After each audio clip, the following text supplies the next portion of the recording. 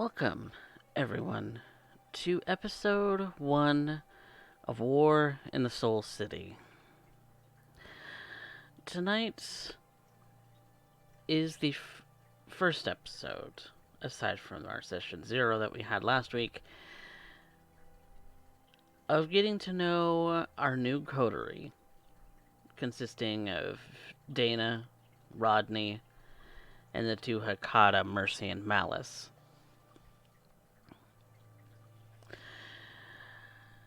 The year is 2015.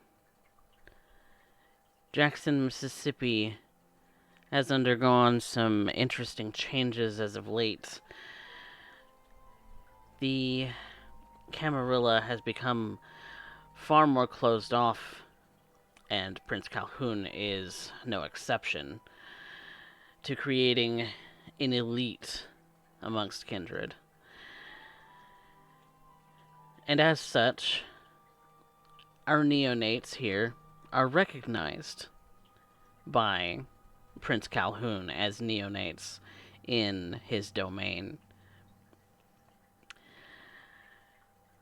However, tensions with the Anarchs have continued to rise. With the Sabbat attacks back in 1999 during the Sect War, and continued pressure from the Anarchs toward the Camarilla, there's suspicion that a massive attack may happen. The Anarchs are getting far more aggressive, far more brave in their attempts, going so far as to even attempt certain members of the court and put those members to final death. Unsuccessfully, so far.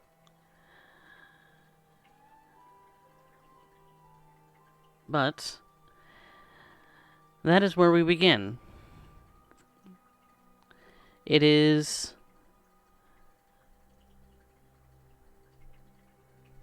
winter in the Soul City. Nearing the holiday season, all of you would know that the taxation of the city, as some have called it, but the donations toward sustaining while in times of great unavailability of blood, is coming close. And thus, some have to prepare to give their donation to the prince as well, and that donation then be stored by the circulatory system.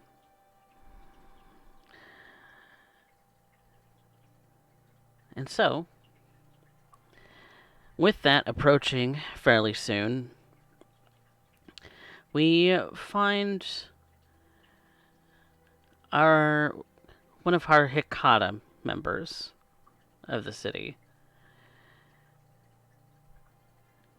walking towards one of the known meeting spots of his Mola, Caterina Argento, a known Cappadocian amongst the city.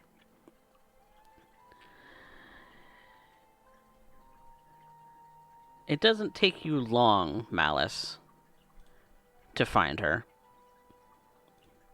She's usually pretty easy to spot. Well, even you know what to look for. Yeah.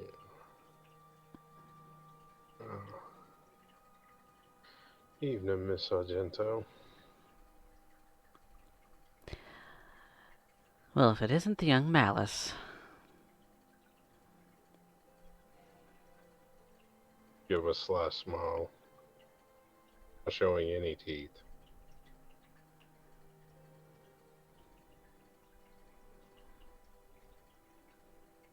I suspect there's a reason that you called me.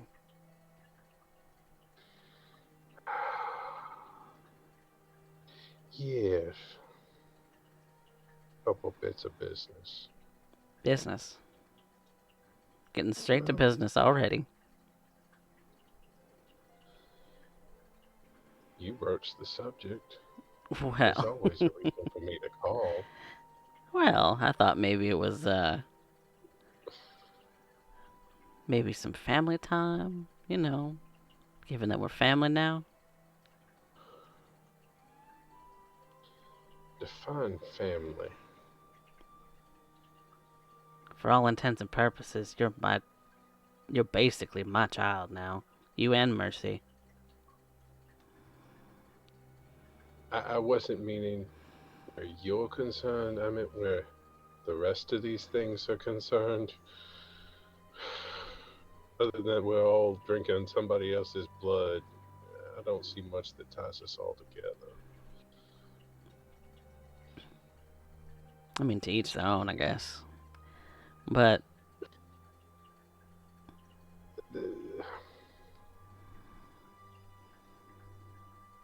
This collection,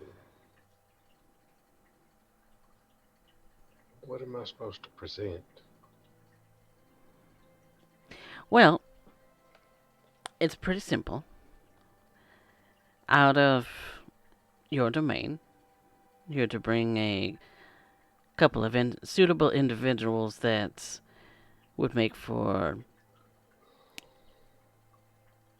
a hardy enough to store, as sometimes times of famine do come. It happens. It does.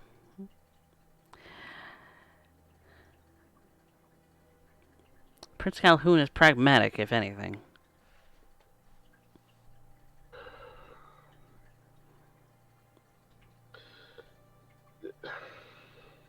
But that doesn't mean that we don't have our own resources that we can pull too. Of course. We may have to give donation to him to, appease the ruler of this city. But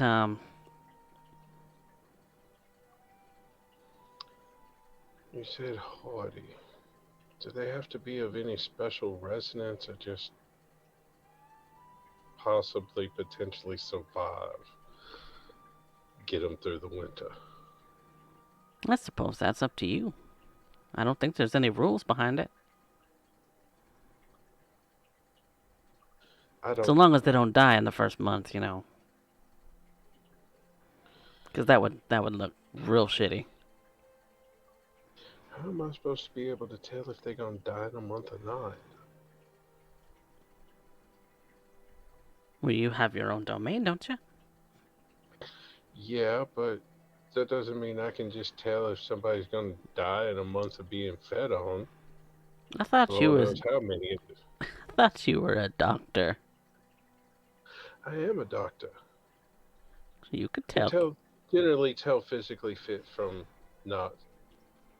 But never know. I mean, you've always got that one junkie that no matter what you do, you just he like a Timex takes a licking and just keeps on ticking. Like I said, And then you got one that looks like they're hale and hearty and heal over a heart attack as soon as anything just slightly loud, frightensome. well, I suppose it's gonna take some research in it. I guess.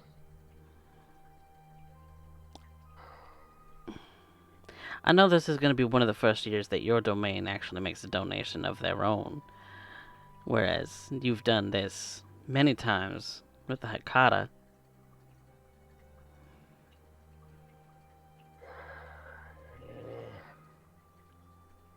You She haven't been always doing made much of the the searching choices. before, huh?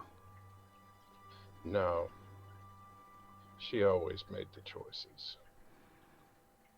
She always made our selections. Never told me how or why she chose the way she did. One of the many faults of Magdalene. It's that I had to present this person to Mr. Calhoun and the circulatory system for the lean times.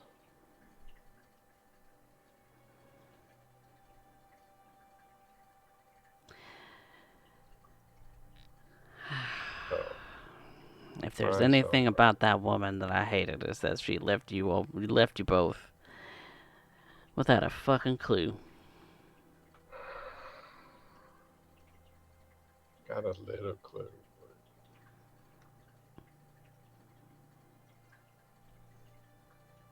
It's just an inkling at the moment. Well, she was a Anarch sympathizer. Fuck that bitch. uh, No, she turned away from the family, and you don't do that.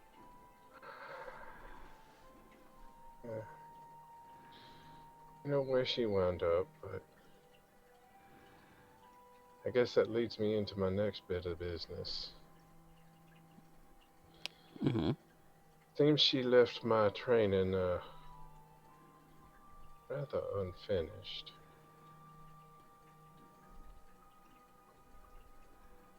In what respect? Well, we were just starting to get into what is that ceremony? Awaken the homuncular servant? Mmm. She told me the ingredients and preparations I need to make. Beyond that, left Guess with you, everything and nowhere to go. I got no dance partner.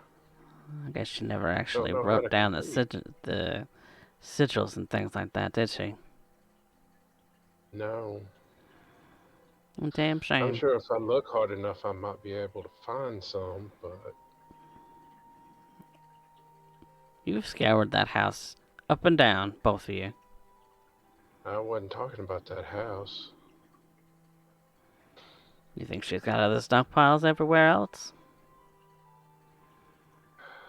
With as secretive as she was, there's no telling what she's got hold of anywhere. And I wasn't talking about her things. I was talking about possibly maybe finding some other library full of occult rituals, which is going to be highly guarded and very rare indeed. And if it ain't in the hands of the Tremere at that old goddamn bookstore, then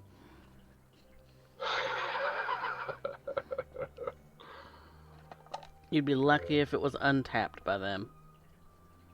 They seem to have a knack for finding anything that ain't claimed by nobody.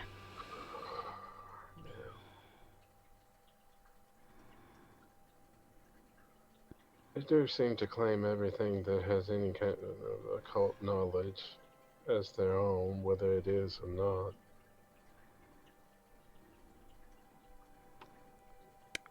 We kinda have to play by their rules.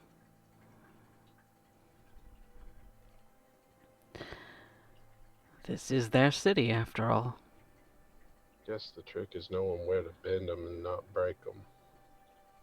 See, you're learning. I'm always learning. Gotta stay up to date. Can't wind up like some of these old coots around here that so far centuries past they don't know what's going on today.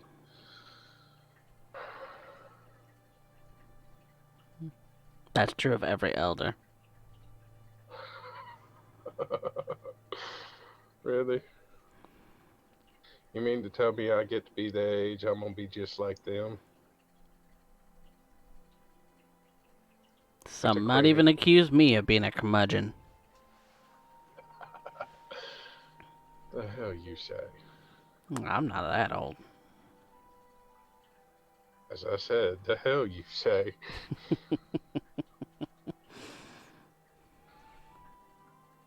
But Uh, if it's ritual sigils you're after, You're, you know what? I'd be willing. You know, if if you were willing to do something for me. That being? Well, taking on a ritual and learning how exactly to do it, and finding your own little quirks and how it works for you versus how it works for me. There's the fine tuning and all that. That takes time. Right. I'm aware of that.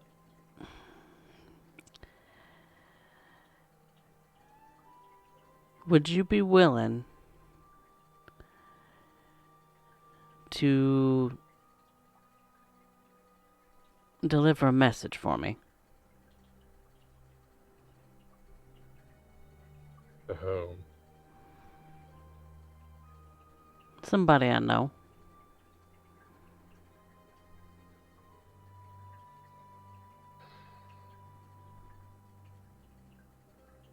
What's the message into whom? Well, the message is more of an object at a drop location in the Okay. Flowwood neighborhood. Okay.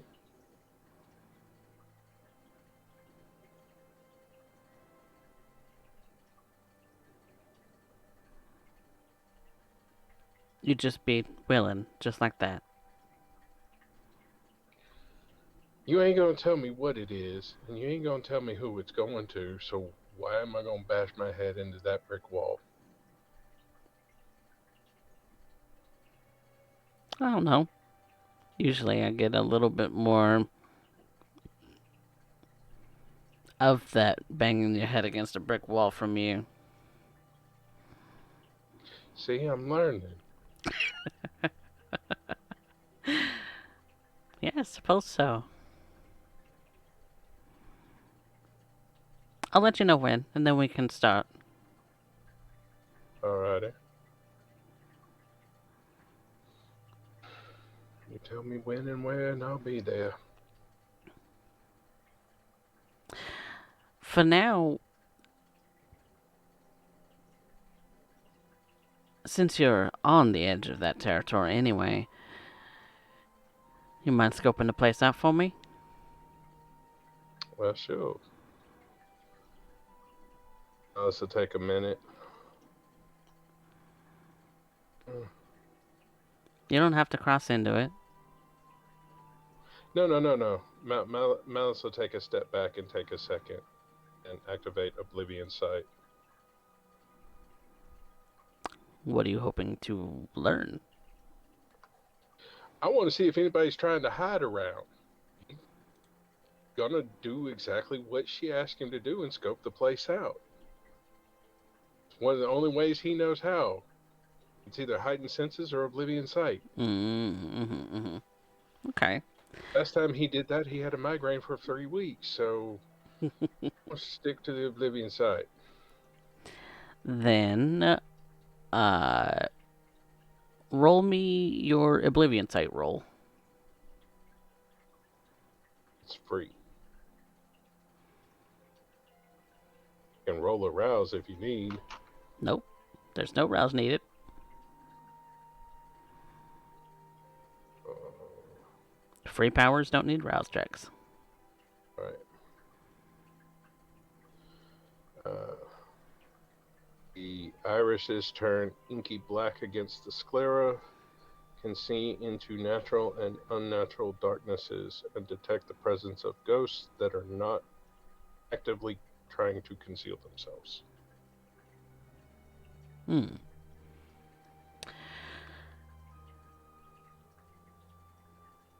You don't see anything of that nature. And when she notices that your eyes do go black, she She just kind of grins at you. I mean, scope out the place where I want you to drop the item, honey. And you're being as clear as mud. Thank you. You ain't giving me no direction yet, so And she'll give you a location just kind of on the edge of the Flowwood kind of neighborhood, the northern portions of it where you understand that is the feeding territory for the Anarchs. all right. Oh shit. All right.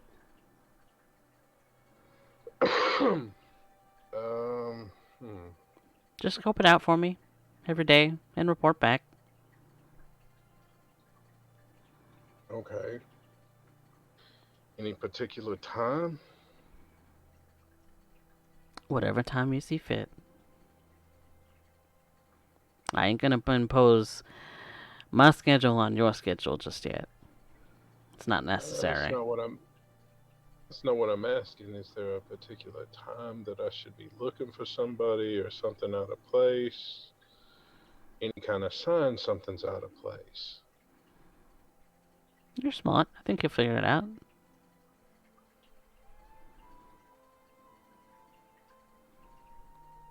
I want to know what you can find. Okay.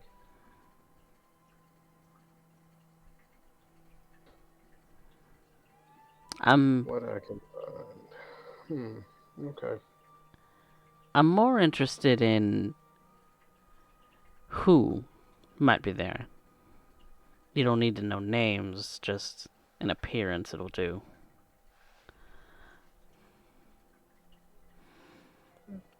I think I can get that accomplished. Don't risk yourself trying to get names. Just what they look like is fine.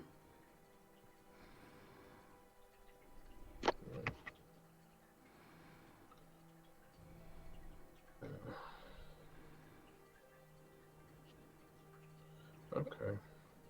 I can do that. I ain't gotta get close. All right. And once the drop is How made, then long we you can. want me? Once I make the drop, or once I have you make the drop anyway, then we can start going into the nitpicky details of the ritual that you're wanting to learn. Which one? With the homunculus? Waking the homunculus servant. Hmm. I may have to brush up on that one. It has been a while.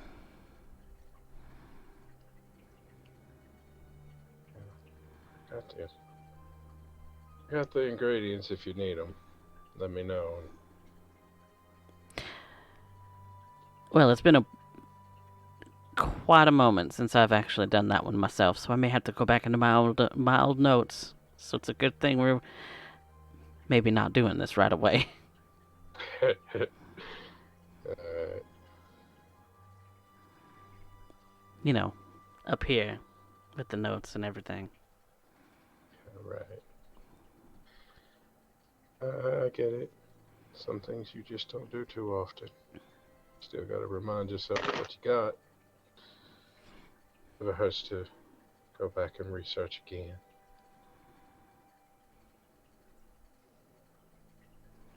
Well, I'll let you get back to it. I'm sure you got things to do.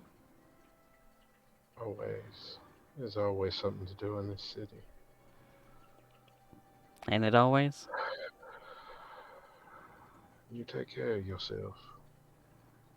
And you too. I do my best. And Let me with know if you need any bodies getting rid of. I can get rid of my own bodies just fine. At that, Malice will truly smile. Who do you think taught you everything you know? Technically, not everything, but Most everything, given your sire, yeah. given how little she actually said. to you?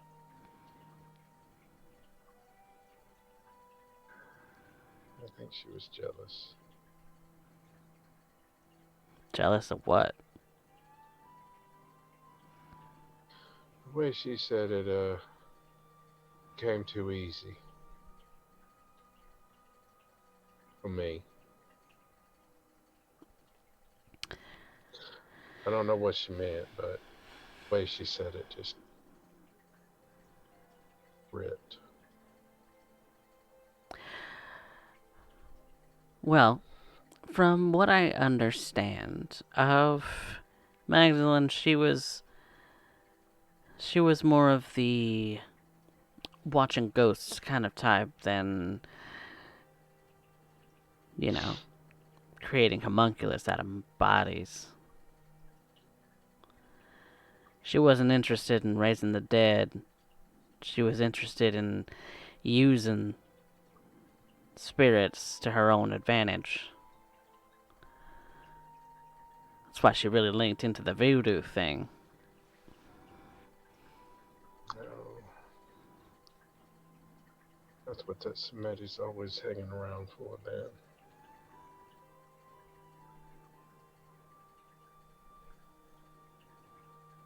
Was she trying to find whites? Who knows? I can't even I can't even begin to tell you what her motivations were.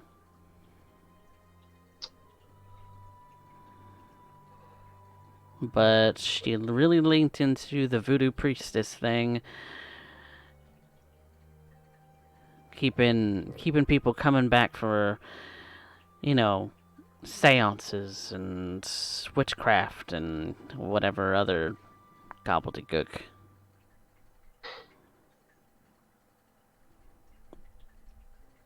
Yeah.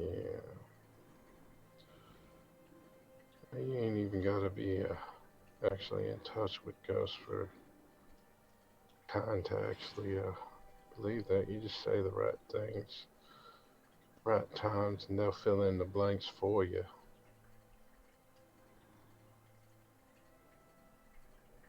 I think they call that cold reading. Maybe. I think she linked into it a little bit more than that. I'm not saying she didn't. I'm just saying you ain't even got to be that all that keen on it. You got other ways you can do it. You know, the skeptics need proof. So I guess she offered proof. She kept them coming back, and maybe that's how she was feeding. Who knows? It's a good setup. Not gonna lie.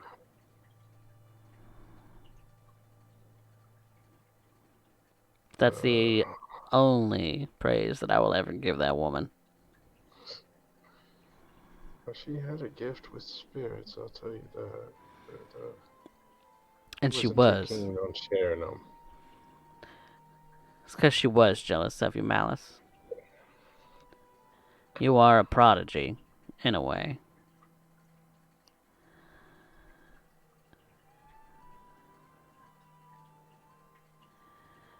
Mm. Well, the dead don't stay dead, do they? No, they don't. They're the clan of death for a reason.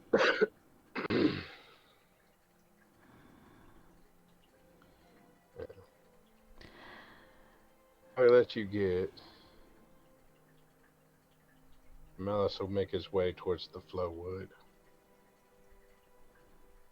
Alright.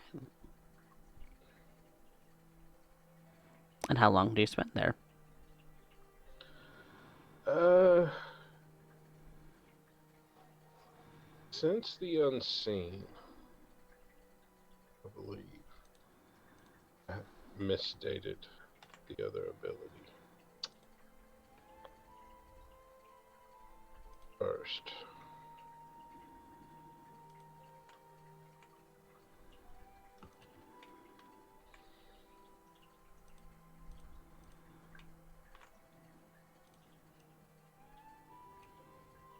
So how long are you spending out there? And are you calling either Dana or Rodney to come assist you? At the moment, no. He wants to get a general idea of the area that she's trying to get him to watch and keep an eye on. Okay. Then, for the moment, I think we will transition Okay. to either Dana or Rodney if you have things you would like to do today.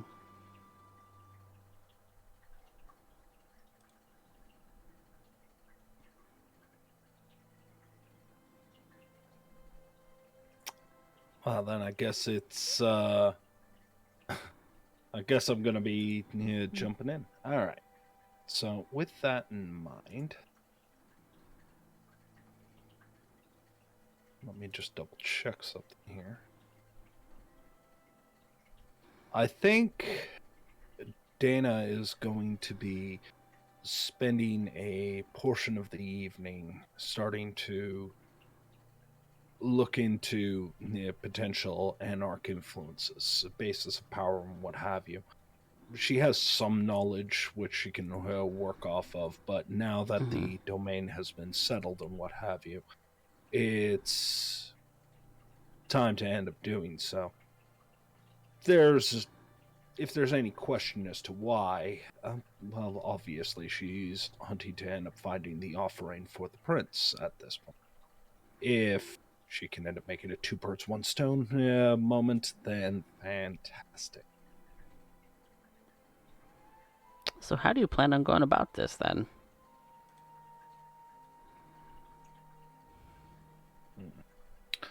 I think at this is going to be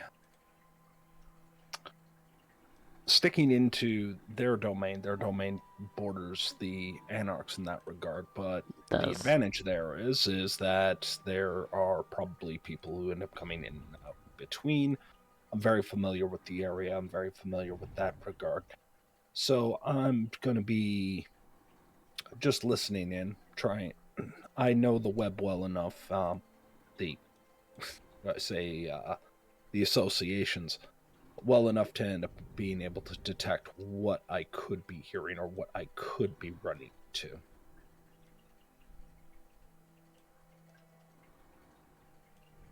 Okay.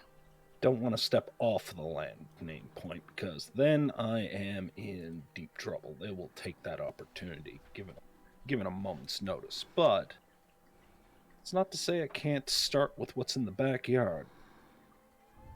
Okay. And there are probably a couple of points where you run into Liv doing her own patrols of the domain as well. She does this on a nightly basis, and she mentions that while no one is stepping over the line, she has definitely put in a notice that there are the occasional watchers from across the neighborhood line, as arbitrary as it is. Fair.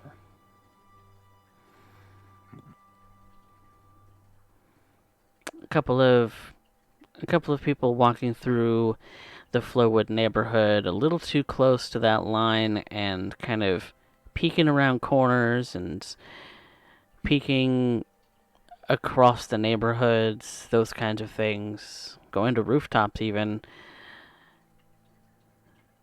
But no, she's not sure 100% if they're kindred of nature because they're that far away from the line, but she definitely makes note of it. It's different people every time. Hmm.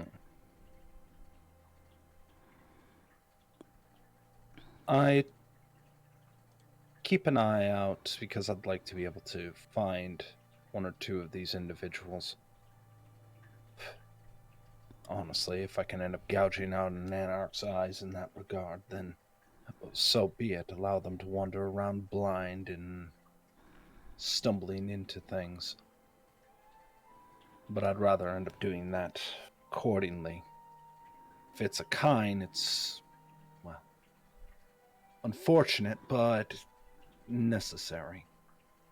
Truth of the matter is that none of them end up having the good graces to end up doing much more than watch, like voyeurs.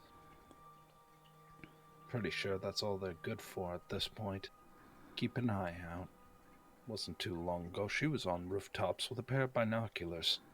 Not that she needs them, but it helps maintain focus. She will, after a few moments, to be able to maybe collect a few faces, familiar ones, or not familiar, but ones that she can get familiar with, hopefully being able to find somebody who might know something at the very least. If nothing turns up, she will continue with the plans forth haste. None of the people going through the neighborhood who kind of peek over really get that close. So they wouldn't necessarily be in conversation range. Not looking for conversation, just trying to get a good look at him. And with you have heightened senses? I do. Then with your heightened senses, you get some pretty good looks at some fairly nondescript looking people. They're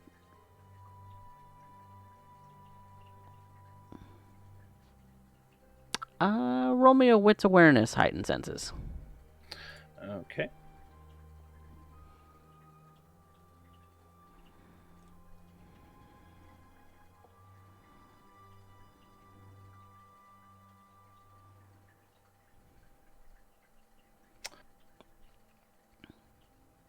Given my willpower, I will not push it. Okay. Then you can't really make out whether they're breathing or not. It's too far. Even with your keen eyes, it's too far to tell. The motion would be too minute to even detect anyway. But I do know the faces. That part I can't see. Yes, you do see several faces. No one that you know by reputation. Or personally, for that matter. I guess that's a start. I maybe take down or make a few sketches just to keep it in mind. Though nothing really inspiring. They're nondescript, boring. Most people in this city. But that's not to mean that there aren't places to be. I am to be led to believe that the prince themselves is going to be requiring their donation. Sad truth is that I'm very hesitant to do so, but I think it is about time. I am going to see if I can find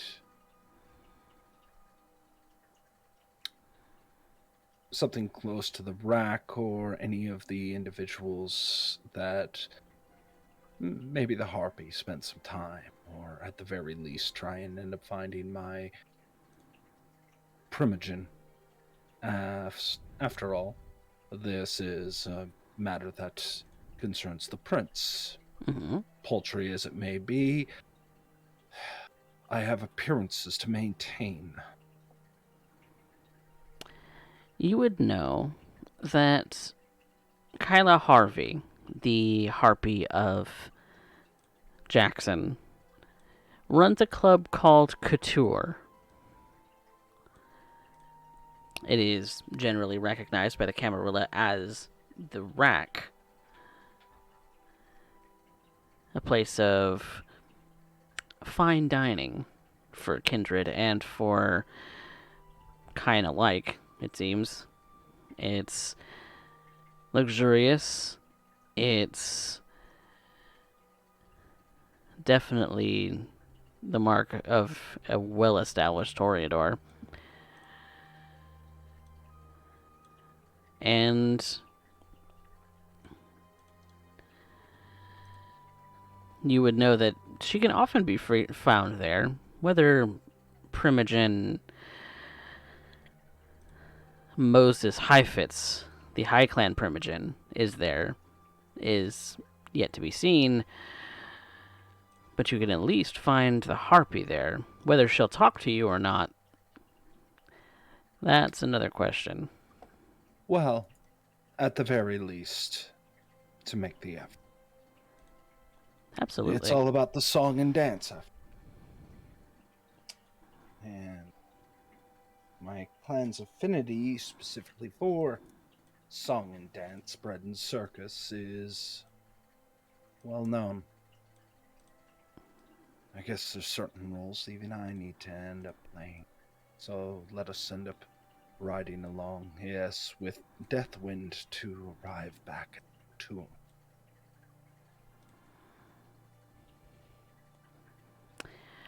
And Couture is a buzz with people, with music, with liveliness, with beauty. It is a monument to behold. Given the fact that you have traversed lesser neighborhoods and maybe even lesser appearanced bars, this is certainly a diamond in what could be a shithole.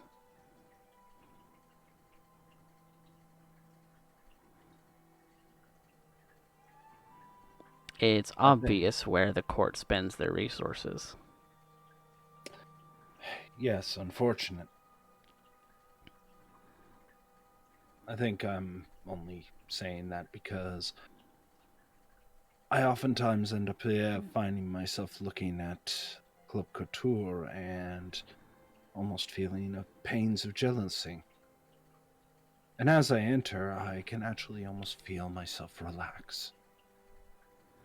The luxury on display, beauty and grace, style and flair. And yet, this is everything I didn't want when I was still breathing.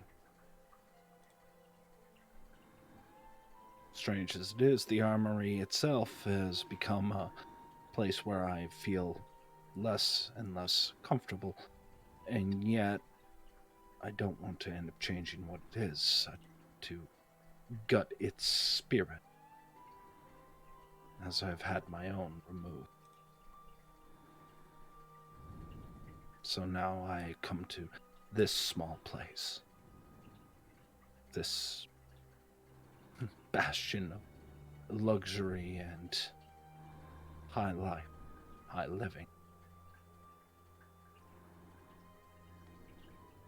I'm left to wonder as I wander through the crowds. I'm very pleased.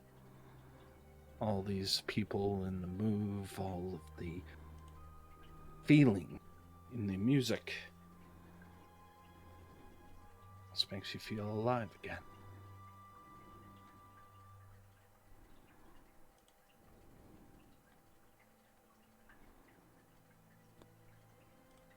Do you do anything specific to try and gather some attention to yourself? Not right now. Not right now. I think for now I am simply observing, looking for the kindred that I'm familiar with to be amongst the rest of the club. I'm not going to presume that I can just walk up to them, but I do want them to be aware of my status and position. So I am masquerading as just another club goer, but I'm making sure to be in the places we're most seen: the bar, the dance floor, the places of, well, attention.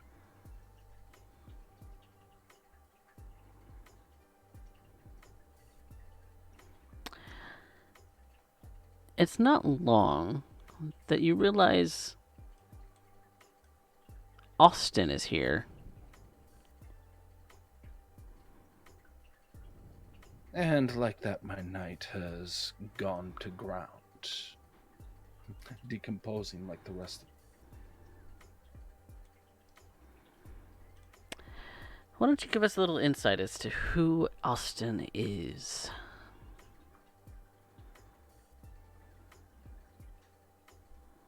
Austin, amongst Camarilla terms, is my sire.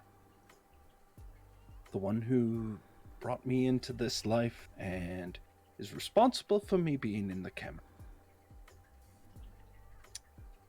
Much to my own chagrin. You see, I don't care, Camarilla. Not at all. More accurate to say that in his early teachings, I'm feeling a bit set up. In my history, I've once ended up here wearing the mark of Anarch quite proudly, so to speak. And then in a no-win situation, I was torn away from that life. And when I was torn away from that life, he made sure I could never end up returning to it. He made sure to end up building me up in the Camarilla and making me so poisonous to the Anarchs that they themselves would want my head, cleaved from the shoulders no less, and making me feel as though my only place is at his side in the Camarilla. And so I play the game. It doesn't mean that I have to enjoy it. It does mean, though, I am not going to be so foolish as to just throw it all away, just spit in his face, and then reduce myself to ashes. I've been alive long enough, pardon the pun, to make a difference, in truth. Or maybe power corrupts, and absolute power corrupts absolutely, and being in the Camarilla may be the closest I have ever come to experiencing that. But when I look at him, there's a part of my brain that keeps thinking, gosh, that's a pretty boy. So I have to remind myself on every reason why it is that I want him. Because he is that hard to hate. But he stripped me of everything. Maybe that's just the nature of our condition. So the dance continues one night after another.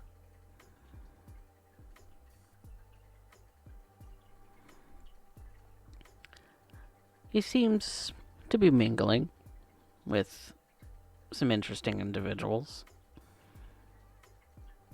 He doesn't seem to have spotted you just yet, but he never seems to spot you.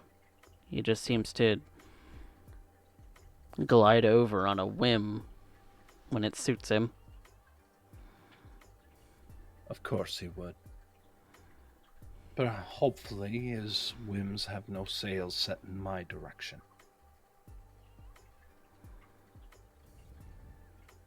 Still, I continue to end up searching for the harpy and perhaps any others of interest. Austin may complicate matters very, very quickly. And I have no doubt that he will end up coming in with the pageantry required, as is expected of those in the Camarilla. God, I'm even starting to sound like it.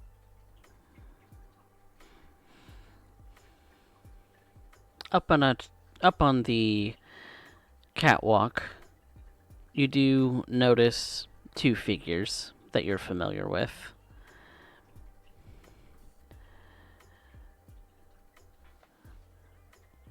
Coming from a VIP section,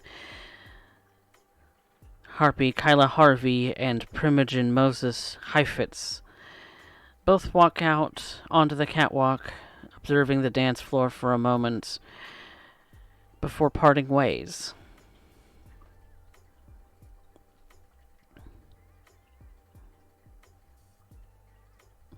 They may have been in conversation. You didn't have any indication of whether they were speaking to each other or not. Their lips hardly moved.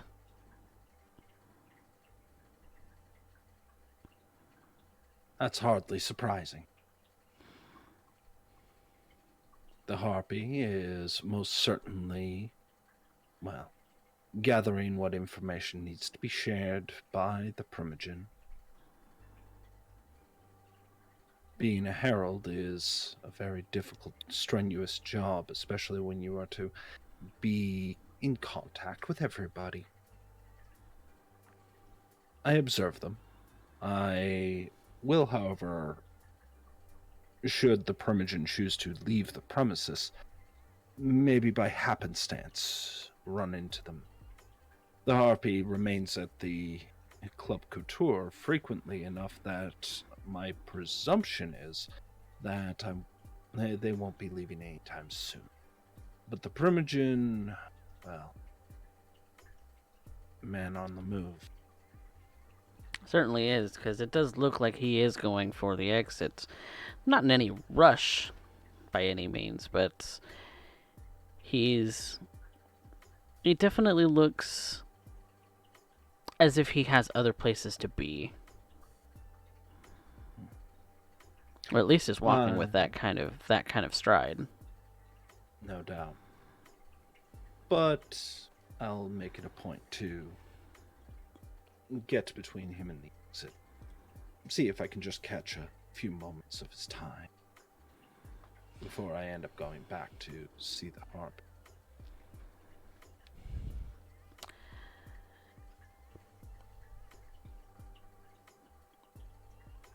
In that case, I would like you to make me a charisma and etiquette. My strongest suit. I will rouse the blood. All right. Gain. Getting a little hungry. There. Not my greatest one. Let's see what we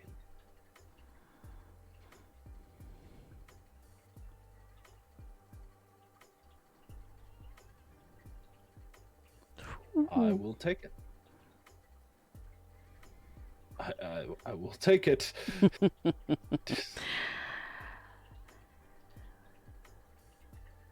You are poised. You are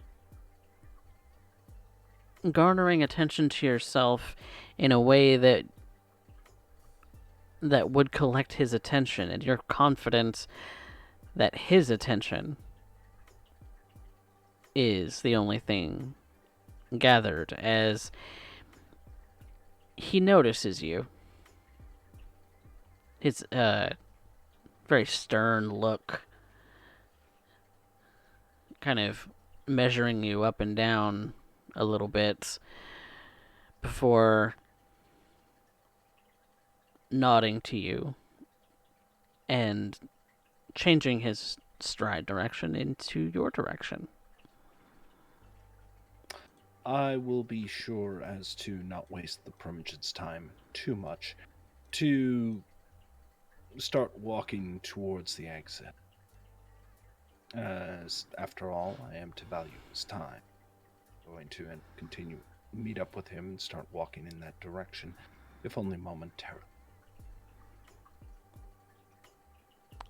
Good evening, Miss Rain.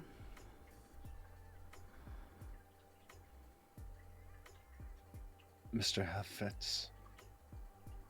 So good to see you again. It's been quite some time. It has been a little I while. am so glad to have been graced by your presence this evening. Might I join you near to your vehicle? And he kind of gestures in a direction in a very polite and courteous ladies first kind of motion. I take it with a smile and a nod, as would be expected, and start to end up playing the dance. It's not until we are outside of Prime's I wait for him to acknowledge that I may speak, or until he begins the conversation. I, after all, am a neonate, he a primogen. Certain lines need to be exercised at all times, especially amongst the primogen who is of Clan Ventro. They're a stickler for such things. It isn't until you reach the vehicle that he looks toward you and kind of gently smiles. What can I help you with, Miss Rain?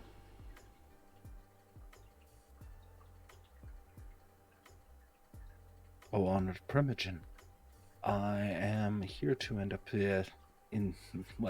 inquiring. As I understand, the offering to our glorious prince has been circulating. However, I myself have limited knowledge of the individual. And in order to end up making the best of the situation, so to speak, I am trying to understand his tastes, his flair, or requirements that may be here brought about, and perhaps your own, if you're so inclined. The offering is not to anyone's particular tastes. It is finding a vessel that should hard times fall upon us, we would all still be able to maintain ourselves with the most of dignity. Preparation for a coming storm, no doubt. No doubt. This has been a yearly occurrence.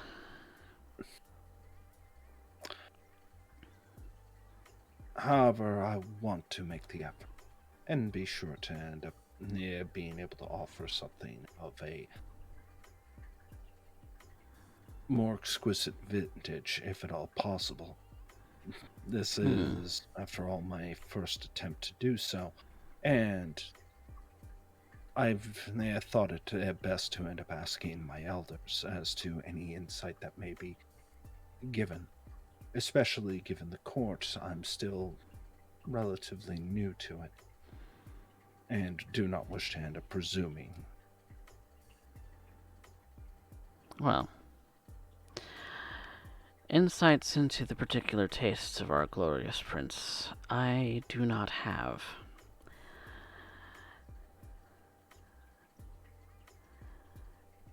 But Well, it may just be a particular vessel that would garner his attention or fascination. Perhaps that is the angle you should approach it from.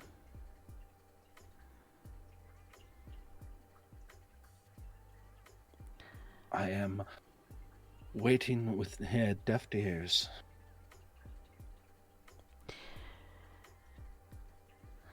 What is abundant in the areas in which you reside, your domain?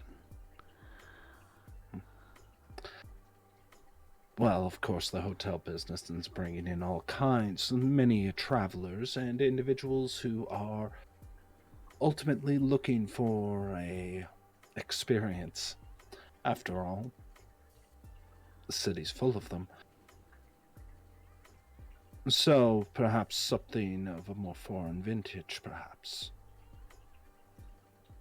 Or perhaps something in testament to the Conqueror Kings. Something that may have once been stripped from an enemy. Or perhaps he simply likes them pretty. That's what I'm here to ascertain, if at all possible, and to find myself of use to the court in general.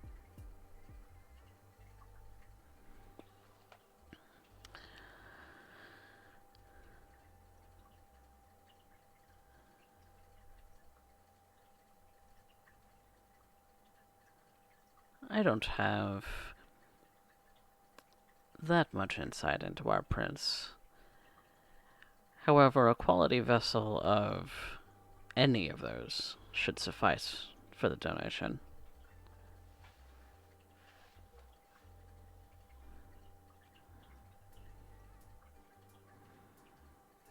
Well, If it's while first my impressions that you're looking for, perhaps impress him with something of quality. with that in mind, my dear Primogen, I will end up here exiting off the stage. After all, your time is valuable, and you've been more courteous to offer what you have. I appreciate it and will remember it fondly. I'm glad I could be of assistance, Miss Rain. You have a pleasant night. And he climbs into his vehicle and makes his way away from the club.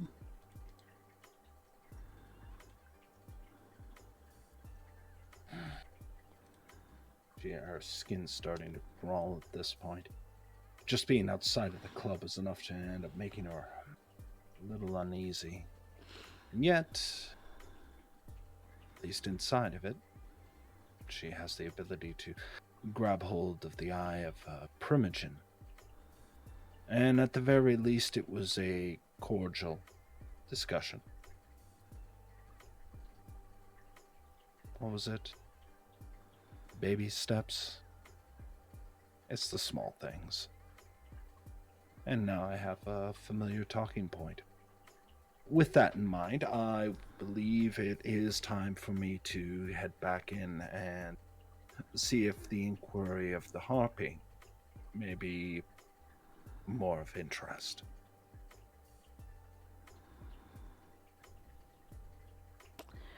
That would be another charisma etiquette rule, but I'm raising the difficulty.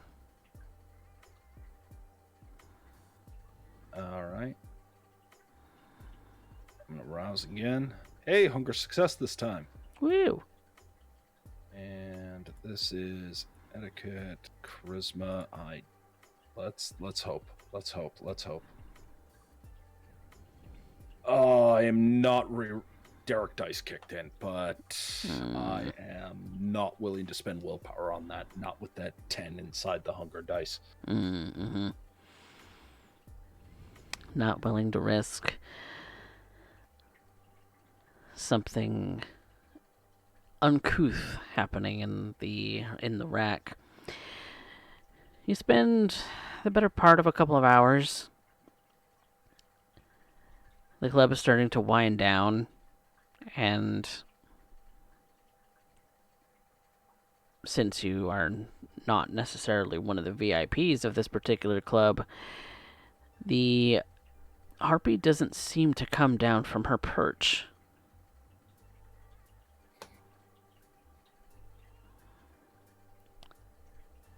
Her eyes kind of glance over the floor. She occasionally walks the catwalk. She occasionally goes into a private room. And you watch her movements intently, but she never does come back down. I will attempt to get her attention, specifically on the dance floor. After all, many are in their final drinks. It's a last call run, and perhaps she wants to enjoy the.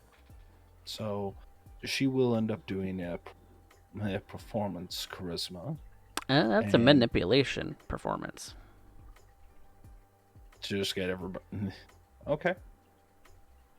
Manipulation. Because you're trying to get her attention, and she hasn't come down seeking attention.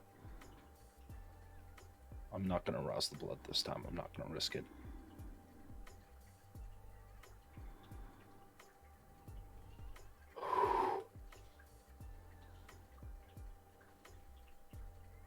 Critical with 5. All right. You do notice after you've started moving towards the dance floor that there's a bit of time where her eyes are locked on you.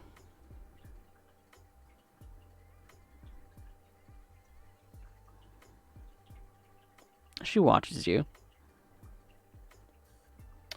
I try and end up signaling somewhat subtly that may I approach. Doing so in the dance movements, covering it up, head going to and fro as I occasionally locking eyes with her, being sure that she knows I've spotted her, and she definitely has my interest. Question is have I garnered hers?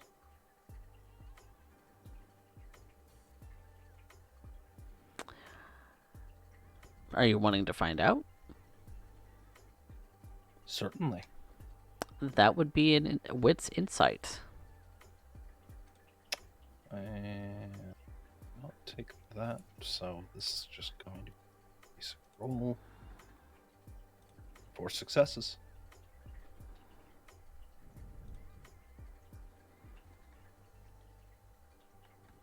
She is incredibly hard to read. Probably one of the harder people to read in this entire place. She looks as if she's conversing with others. Her attention maybe gets stolen away for a moment. But her eyes do come back to you on occasion. Then I will simply continue playing my part in this play and hope that it's not just as a background extra.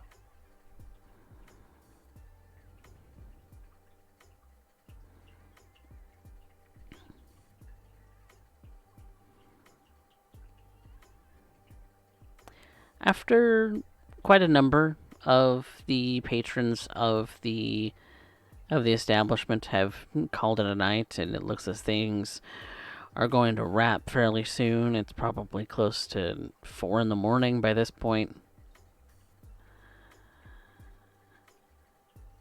You do see her eyes land on you once more. And she makes a subtle gesture.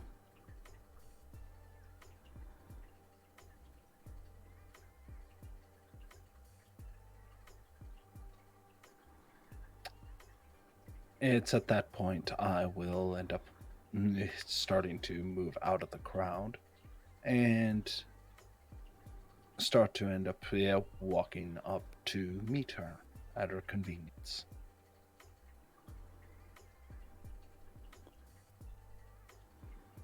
And after a bit of time, she kind of gestures to one of the private rooms and goes toward it herself. Sitting on one of the luxurious chairs.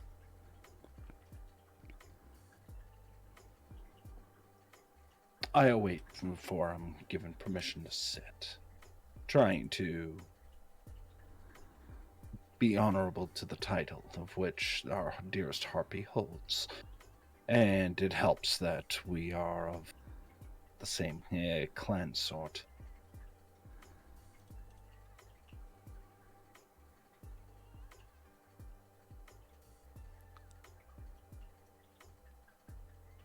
Have a seat, Miss Rain. Your courtesy is appreciated, Miss Harpy Harvey. My time is limited. Of course. Then I'll make this quick. I imagine some news must have ended up reaching you just now. After all, unless my eyes deceive me, the High Clan Primogen himself has just ended up exiting Club Couture. And I am here to end up wondering about the recent blood tax that has been placed upon the domain which I am currently nesting in. It is upon all domains. Yes, and I would hate to end up coming up with a disappointing vintage. But I presumed that perhaps my elders would be more knowledgeable in what it is that the city would end up requiring. Going out of my way to try and end up being sure that the offering is more than just some homeless, forgotten individual just snatched up and brought forward saying this is good enough would be unthinkable. It would be kind of unthinkable, yes. However,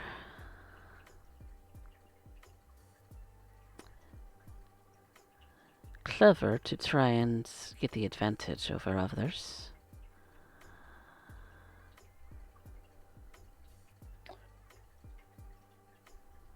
I wasn't aware it was a competition.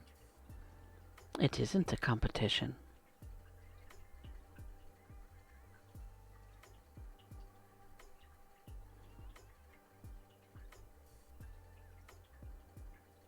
Well, one would end up knowing that if you were to know anything in this city, you come to Club Couture and pay your respects accordingly. As you have. I'm grateful for the notice of the attempt at the very least. To be basking in... So you desire the knowledge of what would be a, quote, suitable donation. Since it benefits the whole of the Camarilla, I would expect no less from any of its members.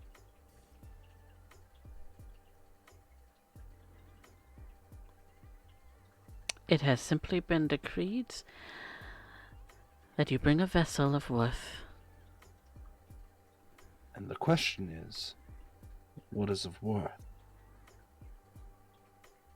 What is of worth to you?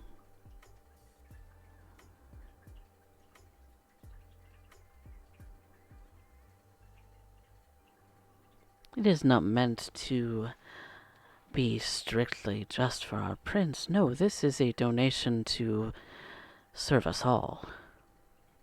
Of course. And with that in mind, certainly I would like to end up being sure that what is of worth is to the core. For aren't we not all another flower in this glorious garden that we have manifested in this entire city? Of course. So, what would you consider is of worth?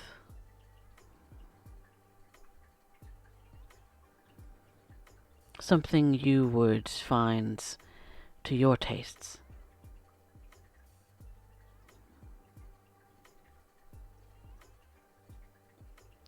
After all,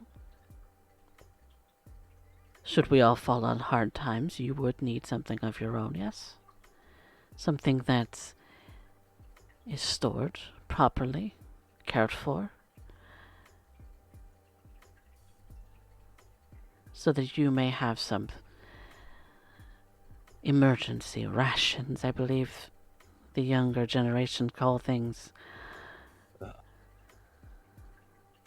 well, that is more than a gracious amount of insight to allow me to understand the situation much more fully, and to be offered such insight by someone as graced as yourself. Well, that certainly has made my night. Was there something else? I did end up asking of if there was any news brought about by the Primogen's visit this night, but since that was not on the forefront of your lips, I have to presume that they're sealed.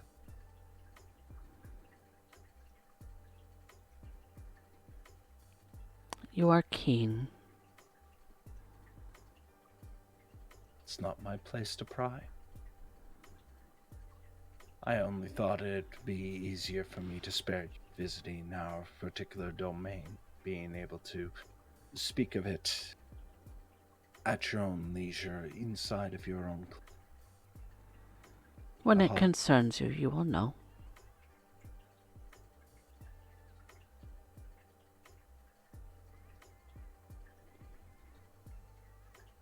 Then I will see myself out and be very gracious that I was offered an evening with the heart, if only for a very short, all too short time. Have a pleasant evening.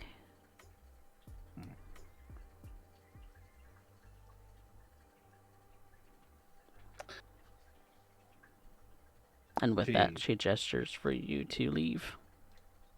I do so with a graceful bow and exit out. My blood's boiling at this point. She's very good at keeping distant. It bothers Dana a bit. It bothers her because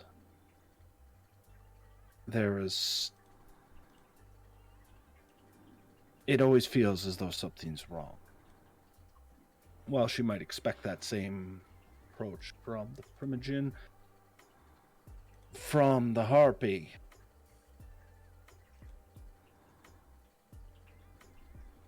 her own clan, best not to end up delving into it too deeply right now. The methods now to be questioned. But at least now I may have a target. Or at least an idea.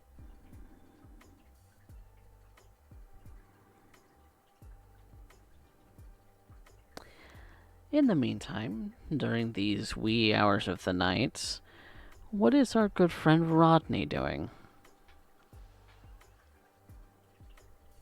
Delving, digging, looking, gathering.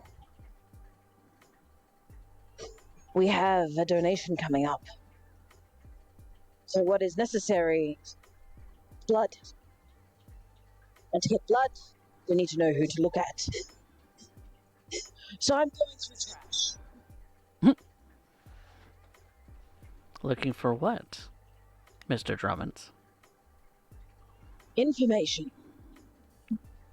Old letters, bank statements, emails that may have been printed out and thrown out thoughtlessly. Other such things. Collectibles. Perhaps even some food that has been thrown out that I can give to my friends in the homeless community. Okay. In that case, if you're scouring the streets, then I would like you to make me a resolve plus investigation, Mr. Drummond. Resolve.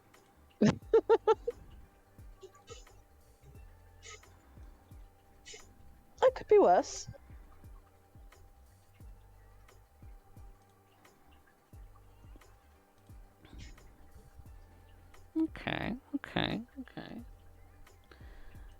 Sorry, just getting a scene set up here. You're all good.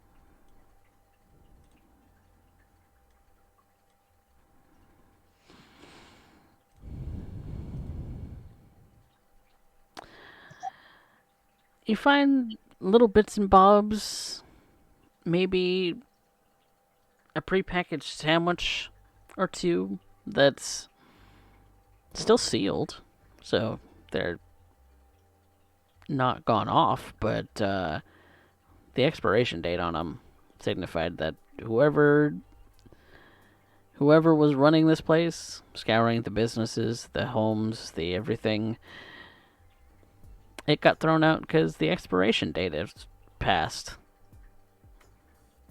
Still sealed, still perfectly good, looks like. Wonderful. I can think of some people who could use these. But I was thinking, have I been able to find any letters or anything of the sort?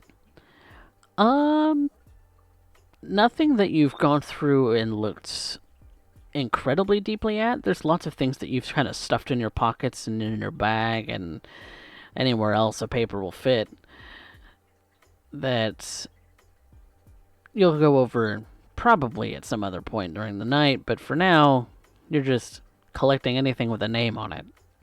None of them stand out particularly strongly. Do any of them have addresses on them? There's plenty of things with addresses on them, but you'll have to dig deeper. You'll have to collect all of these, take them home, set them up in a pile, and actually read them at some point. Tonight, there's much too much going on. There's much too much on your brain that's occupying your thoughts right now. You're scouring feverishly, just trying to find anything of use, and you're stuffing your pockets and your bag quite full.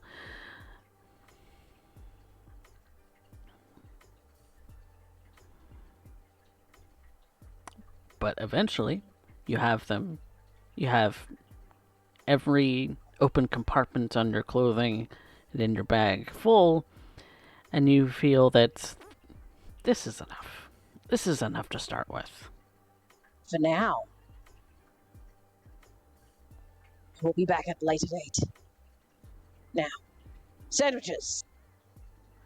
I would like to visit my allies. Okay. We haven't really given them a name or a token of any kind. It's just a group of people? Yeah, it's a small group of homeless people. And you take all of the precautions, like covering your face. Most people just assume that you're a very tall but very hunched individual, maybe suffering from giantism. I tell people it was a deformity that I was born with. Most people accept that and move on. Some don't, but most do. And many of the people who've come to know you realize that you're pretty good at scouring this and that for random pieces of food that are still good enough to eat. Not gonna get anybody sick or anything, because that wouldn't be useful. That would be awful. You can't get information from dead things. Nope. Unless you're Malice. Malice might have something to say otherwise. Yes. Yes. You've been working with him for several years now? Off and on? He's only really started becoming more involved in the goings-on of your particular section of domain that you and Dana and Liv have set up. Yes, I still can't quite wrap my head around it. Not that I particularly want to wrap my head around him. I need to get off this train of thought. And you're easily pulled away from that train of thought as one of your cats kind of brushes up against the side of your leg as you're kind of visiting with some of your friends from the homeless camp. Do they have anything interesting to tell me this evening? That would be a a charisma and investigation.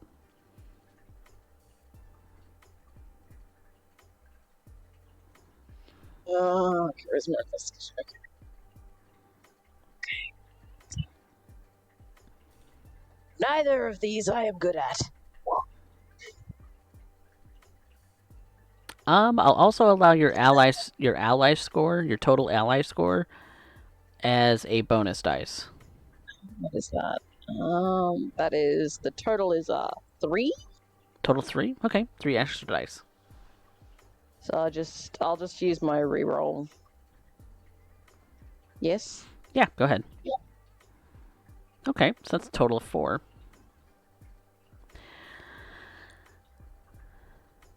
They've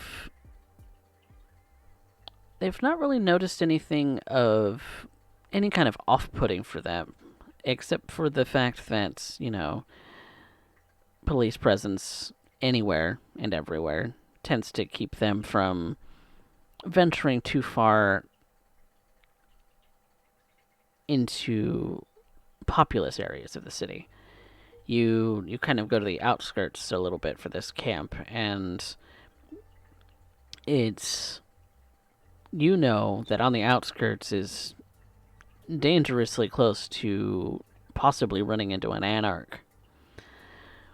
But perhaps that's part of the reason why you keep these people around, is they serve as a bit of a buffer. And as part of your daily routine, you check in with them, see if anything strange, whatever strangeness, happens, you're made aware of. After all, you've promised to protect these people. Exactly. And so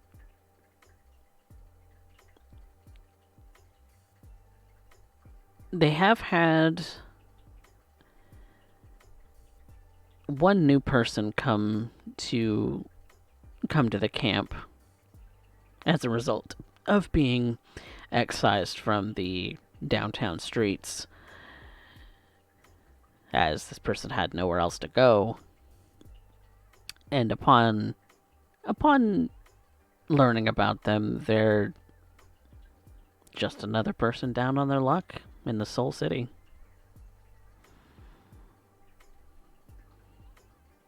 Rodney, is this person present? It doesn't look like they're present currently. They might be out trying to collect, bits and bobs themselves. People from this camp are awake and or asleep at all hours of the day and night. Well, he takes the information in. Does this new person have a name that was mentioned?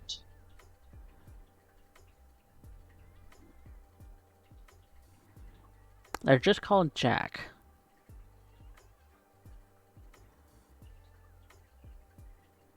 Didn't give a last name. Just say they called Jack.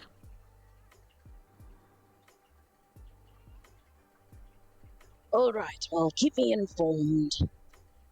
And I will see you tomorrow night.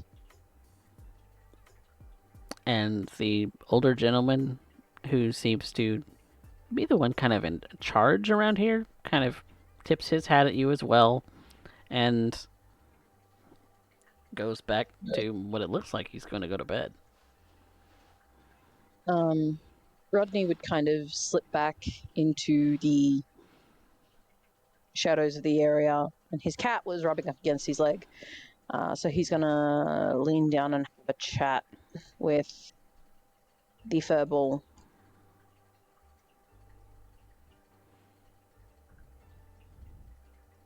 So you're gonna rouse for feral whispers? Yes, please.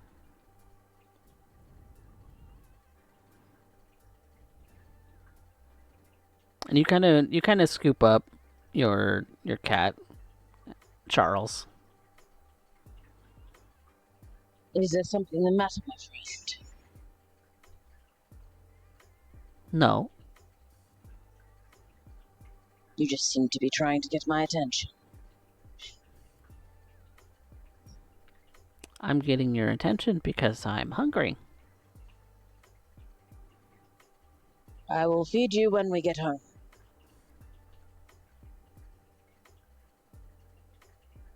Do you have tuna? I want tuna for breakfast. Do I have tuna? Somewhere in your Perhaps I- heap. We'll see.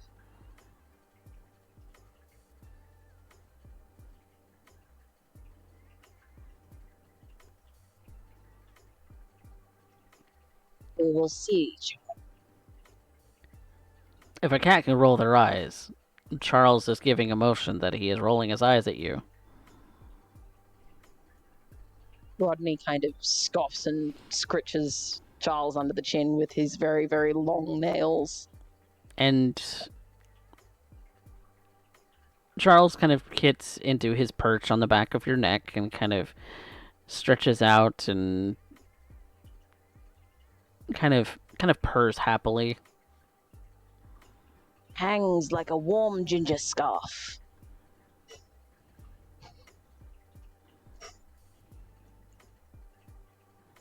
And I guess he will start making his way back.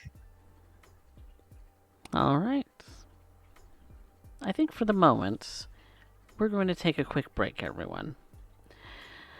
We'll be back shortly with more of this War in the Soul City shortly.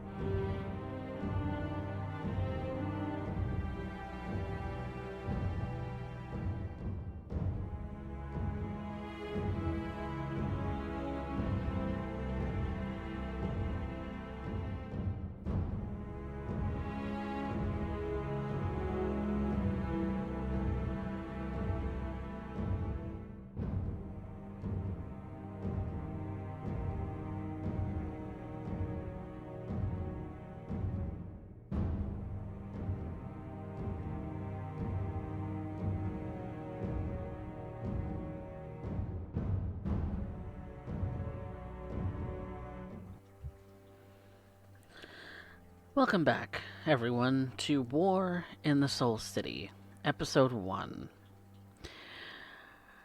Our coterie has regathered.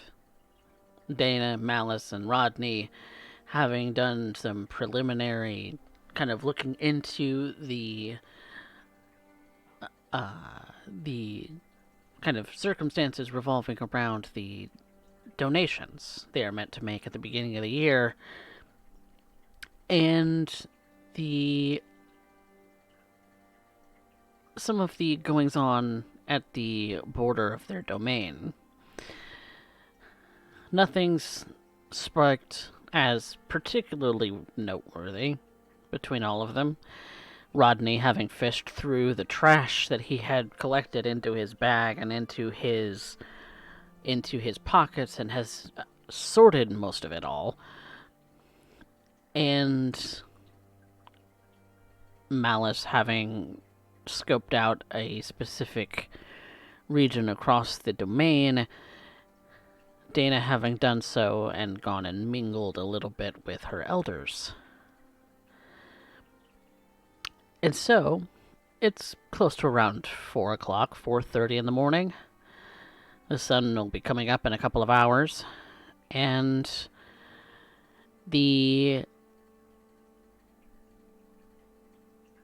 all of you are now collected together.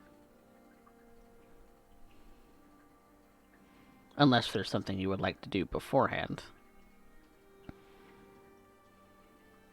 Regardless, Warren is sitting in the middle of the room with all of his papers laid around him. A can of tuna popped open for Charles to munch on. And he's munching away happily. He's going through all the information that he has in front of him, looking at addresses and names and looking for anything of interest to fit in the little niche that he's looking for this delivery.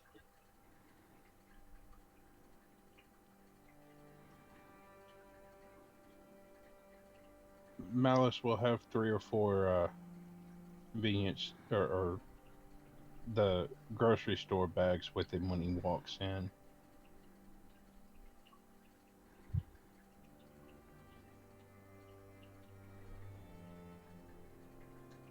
Don't step on the paper.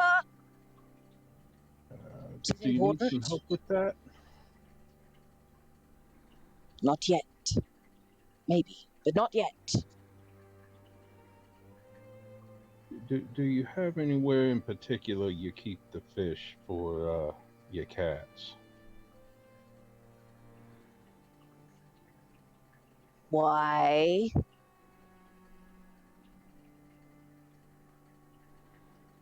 I'm pretty sure you never fed them fresh fish.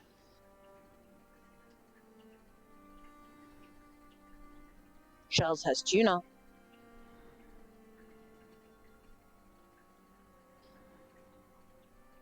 Alice will reach into one of the bags and pull out a whole fillet. Fresh fillet, fresh fish.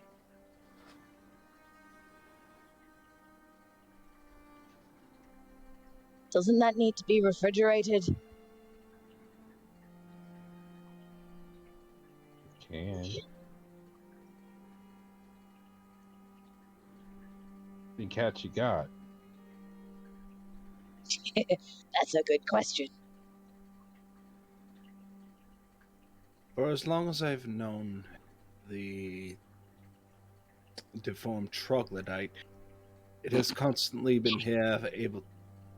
I meant it as a compliment. There's far worse. But besides the point, there is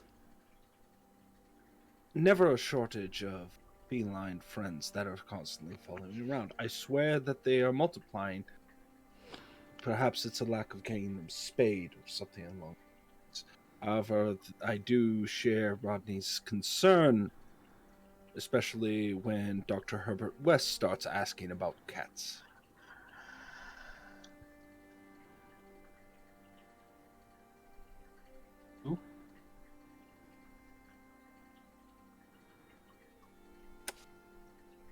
She kind of throws her hands up like uncultured swine.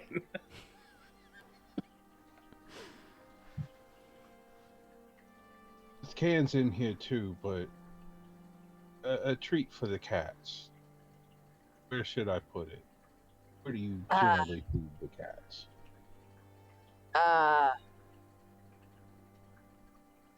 Wherever they're gathered. Alright. Alice is going to start looking for the cats.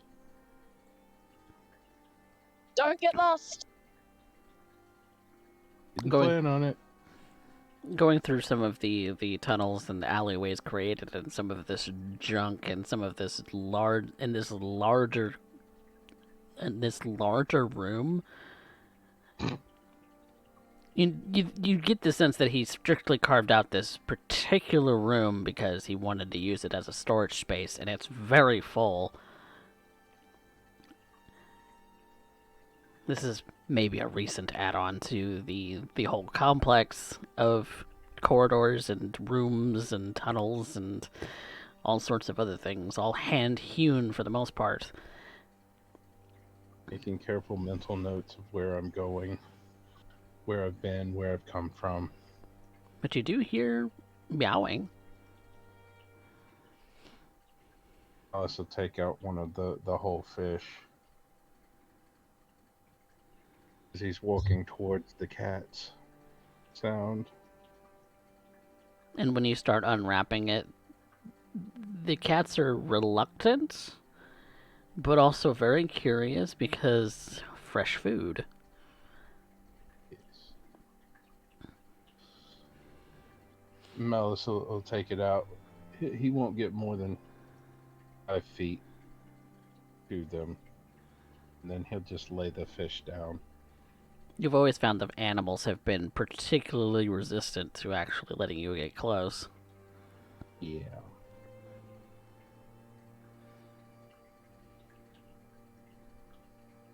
The fact that they can stomach Rodney is a little bit of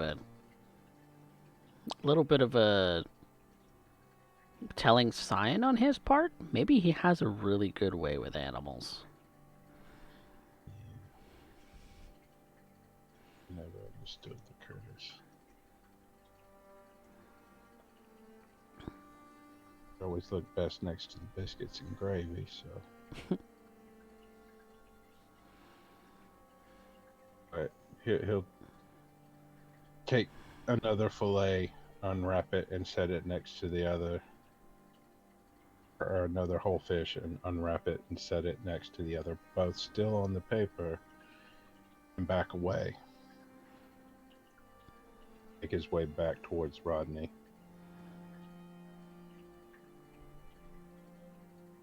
Not even going to check to see who starts what.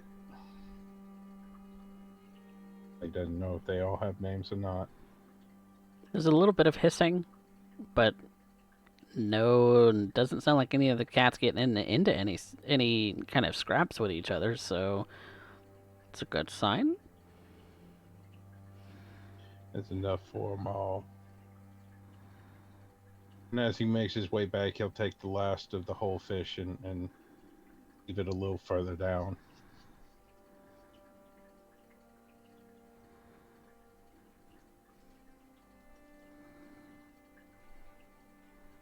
In the meantime, Rodney and Dana.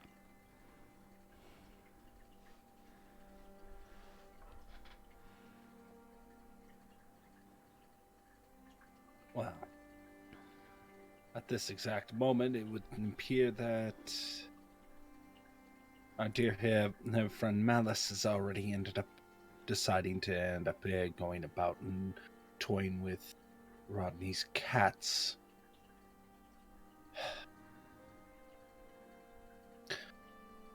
I don't think they mentioned that in the 7 plagues, but I suppose that there's time for revision for an 8th. At this exact moment, I'm going over the books as usual. The armory and what I need to end up doing to prepare for the weekend's festivities. I'm trying to think of an appropriate vassal to be offered. Truth of the matter is at this point, I need the Camarilla's protections. No sense giving them anything less than the appropriate response, especially given what the Anarchs will do just outside of the borders of this domain, while they end up continuing to end up looking upon rooftops to end up gazing into. observe movements and what have you, I am cautious. And like praying vultures, just circling around, waiting for their moment, and I do not intend to end up giving them that. Added bonus if I can end up finding one such suitor that qualifies, not only removing this taxation burden upon us for at least another year, but also to, well, how do I bluntly say it?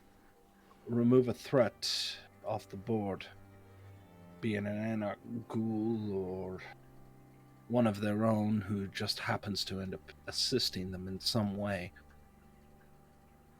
Crippling them in any way will end up ensuring my survival for quite some time. We'll take that opportunity if given. But right now, a certain degree of patience is required, as clearly the feline problem is far more important at this exact moment, especially with Rodney, the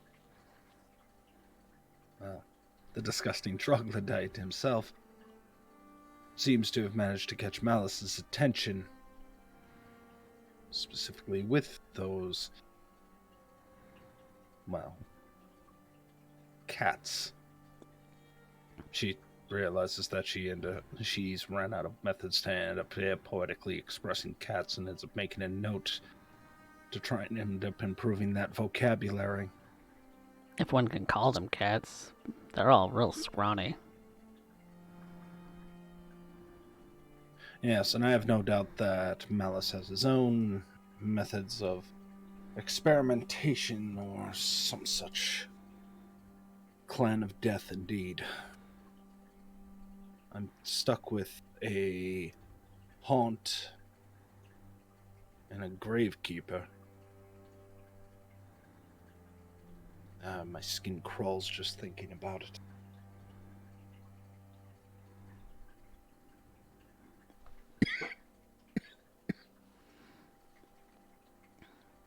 But eventually, Malice does return.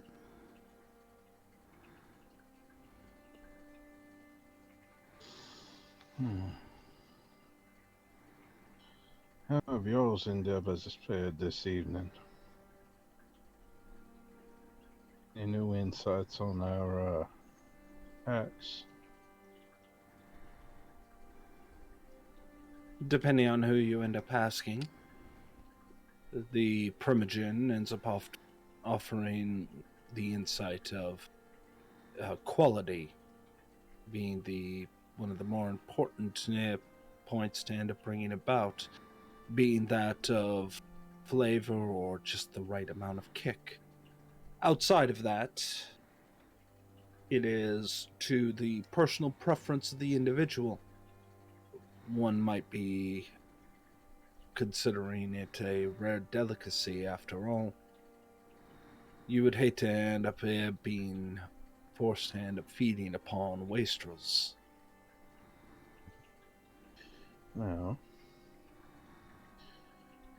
does anyone in our coterie have any particular predilection towards taste or requirements? If I was informed, this might be someone you may be feeding upon as well, so... Perhaps in time. My own thoughts on the matter. I am looking for something. She thinks back to some of her experiences in feeding. She's always had a flair for those with a sense of aggression, sense of strength. Okay. That rebel instinct is always very tasty.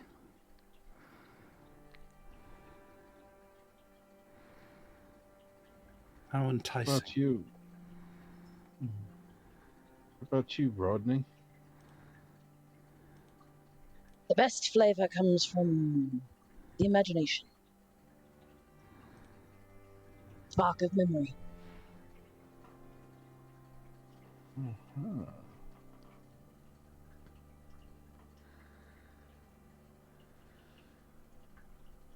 Speaking of our taxation, I have done a little looking. Don't keep looking. Names and addresses. Something I am capable of finding. For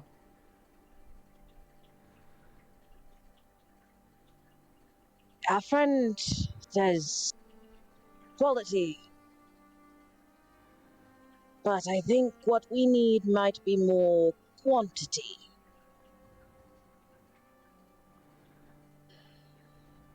expect it to be that lean this year. Not at all, but our domain is one of the more well-stocked in the city. Indeed. So should we not actually focus more on the quality than the quantity? Not necessarily. Keeping in mind that this taxation may not feed us alone. I am aware. I've also been informed that whatever vessel or vessels we so choose to submit should have the fortitude to last more than a month. Yes. So So not half-dead street. definitely not half dead.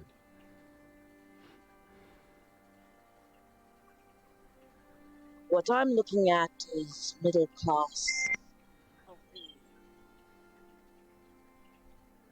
Somebody who can earn money,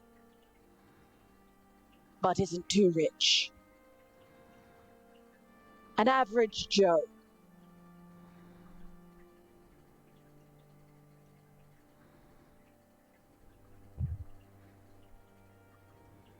Allow us to end up considering the wisdom here brought to us by the garbage can whisperer.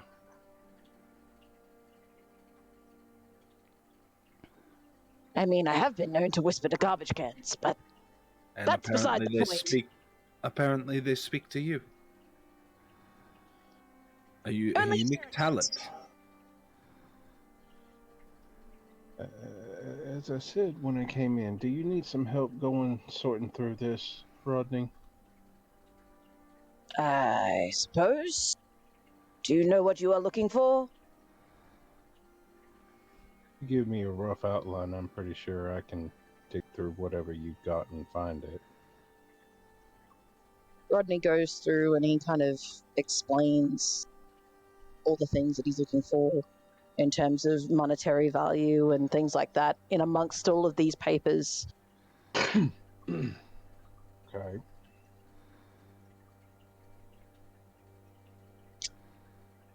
We find Malice will start.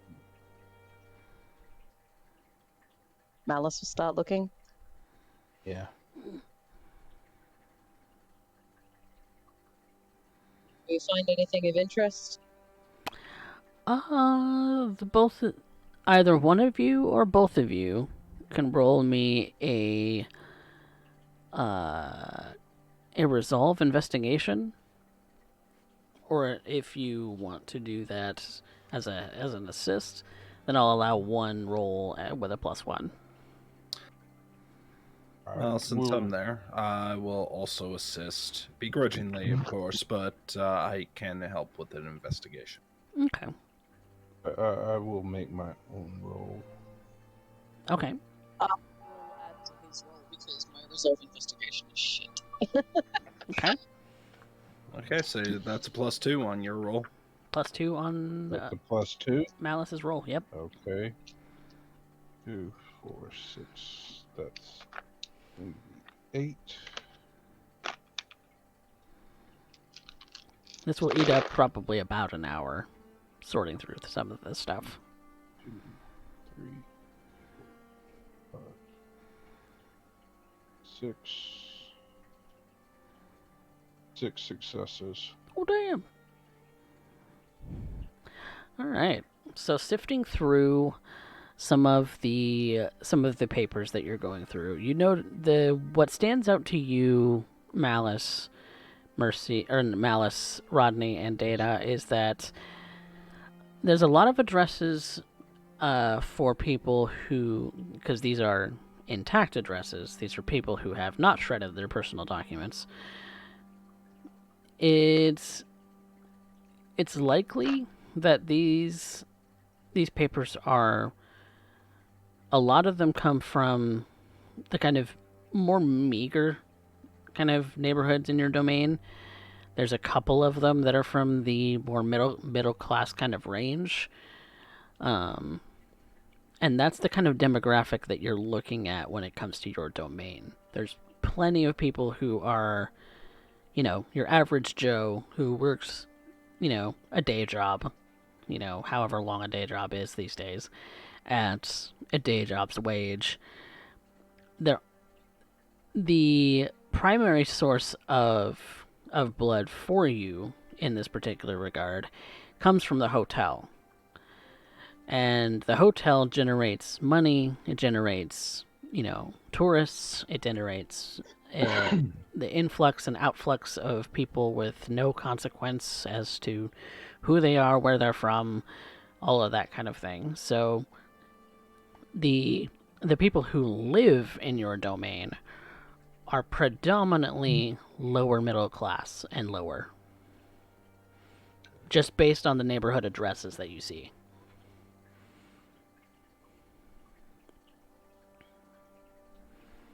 Do any of these addresses seem to fit into exactly what Rodney is kind of looking for? Rodney's looking for more middle class. Yeah, it's somebody that doesn't earn too much and probably won't be doing this from these documents. Without researching the names, because you haven't had time to go research their names yet, based on the addresses that you see on the papers in front of you, there's only a stack of about 20. 20 to 30. Perfect. The other hundreds in the stack are, from neighborhoods that generally are not nearly as ritzy. They're a little more cookie cutter.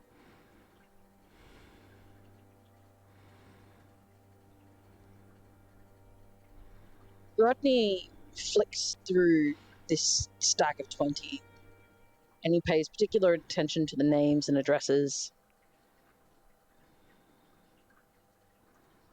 And he tries to memorize as many of them as he can. Okay.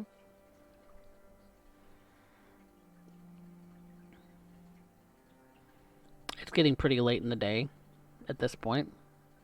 Late in the daytime hours. It's probably close to 5:30 now.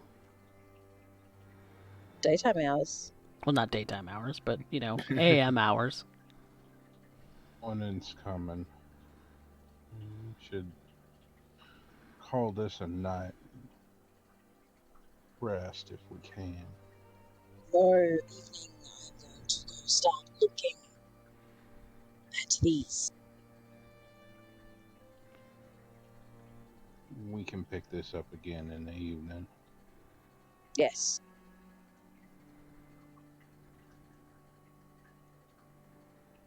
I want to see these people.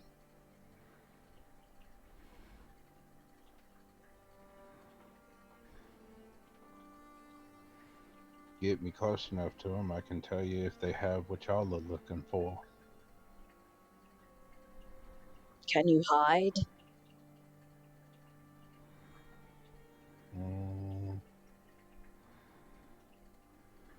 Why should I have to hide? I'll have to hide to smell them.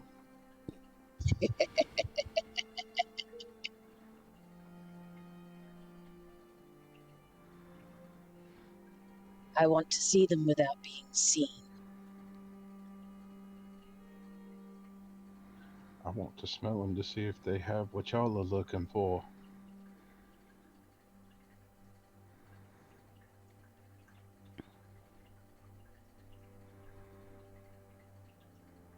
Rodney offers the stack to Dana.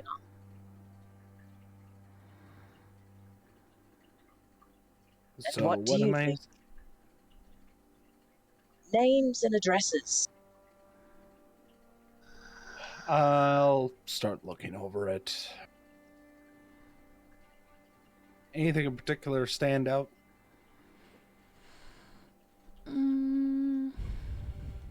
They're all kind of the stack of the ritzier kind of the more middle class kind of people. No names really stand out particularly. They're all located inside of your domain. They're all potentially people that you would know.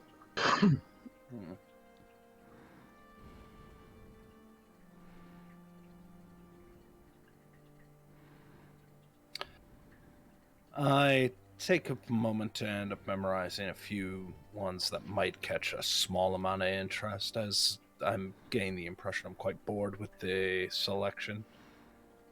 It's like trying to choose between different brands of ham sandwich, really. Mm-hmm. And once I end up finding one that I think, alright, well, maybe this won't be so bad, or something of the like, I take a hold of, say, 5 of them, and I'll end up doing my own research on these particular vessels in the meantime. See if any one of them stands out. I was thinking, since we are under a hotel, people coming and going at all times as well. You know, I'd also be a source of, how did you put it? Particular vintage, Anna? One can hope. Is another source of procuring our taxes.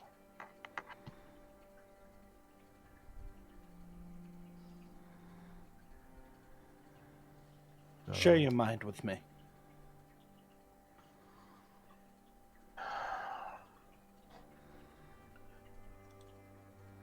Being a man of medicine that I am,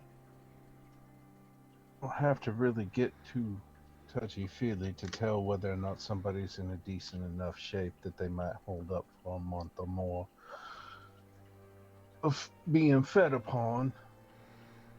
And if I get close enough, as I said, I can tell if they're of a particular vintage or flavor that you are looking for.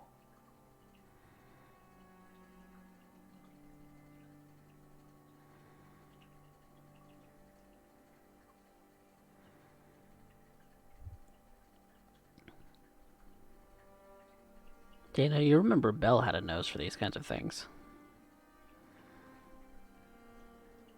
Yeah. Yeah. Too bad that's off the table. Yeah, you can see that for some odd reason, one way or another, that Dana is very irked. So maybe an errant thought has disturbed her greatly.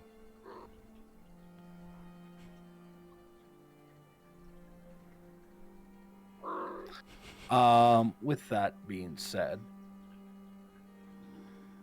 she will end up looking into or starting to investigate these addresses and people, and trying to end up seeing what she can end up doing to prepare for maybe scoping the places out in the morrow, any kind of efficiencies that could be done so, and hoping that she doesn't get distracted along the way.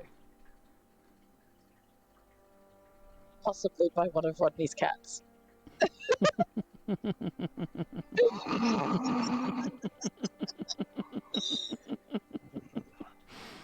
In the sorting through sorting through these papers, did Malice see any particular names that jumped out?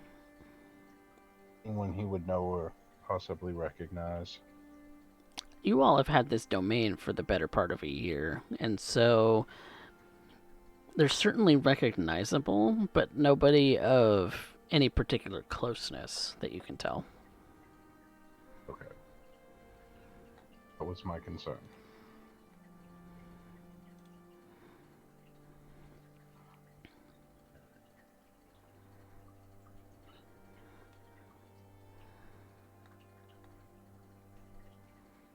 Then Malice will make his way to his room for the evening then.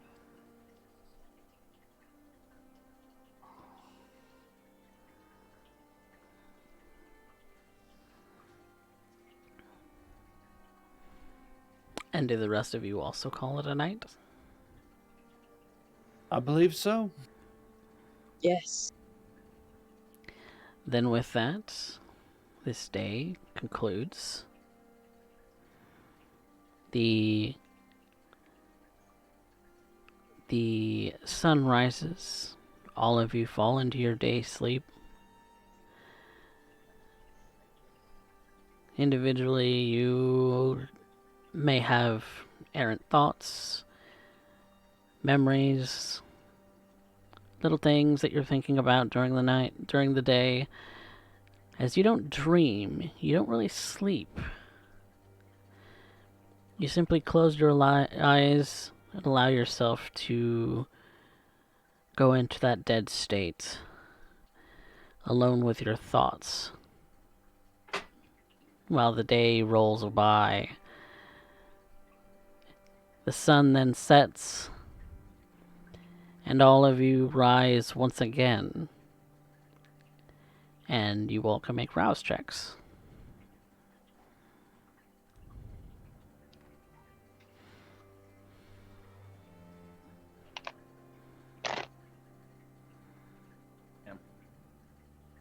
Success. Dana, that itch in the bottom of your pit, the pit of your stomach, is fairly upset at you. You exerted yourself a bit yesterday, and it takes a lot of effort to get your bones, your skin, your body moving again. More so than it did the night before. And that angry little monster in the pit of your stomach is growling, hungry.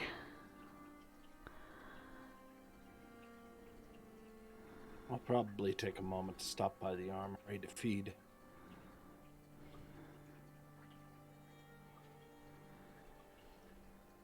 And with the names and dresses prepared, I will begin the observation process. See if we have anything that particularly stands out. Okay. Malice, Rodney, what are you two doing? Rodney. Malice will... Go ahead. Go. I was going to say Malice would look through this, grab a handful of the 15 or 20 remaining names and start looking for himself. Liv, Being after the having investigator that he is. Liv, after having woken up, will also take a handful of those.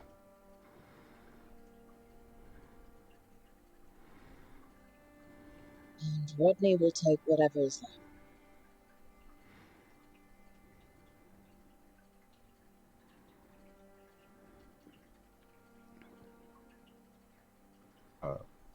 Alice will try to make sure that they're close to the area of the flowwood that he should be monitoring. Okay. So he can keep an eye around there as well.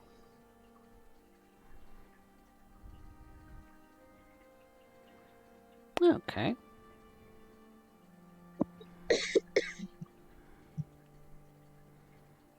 So, since this is the new day, Then, each of you going through the names. Dana, you said that you wanted to feed first, and you said you were going to the armory. Yep, And is that to hunt? that is to hunt. And it's still in our domain, so. Okay. It's a pretty simple roll.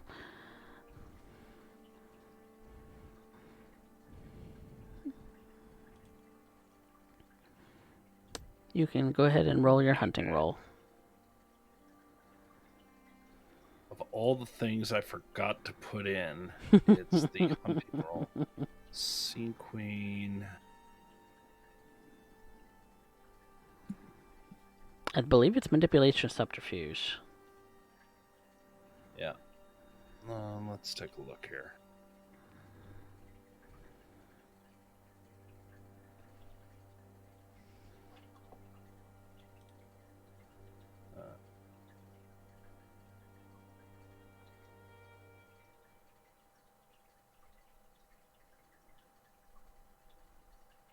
There we go. Charisma subterfuge. Charisma subterfuge. Okay. Yeah.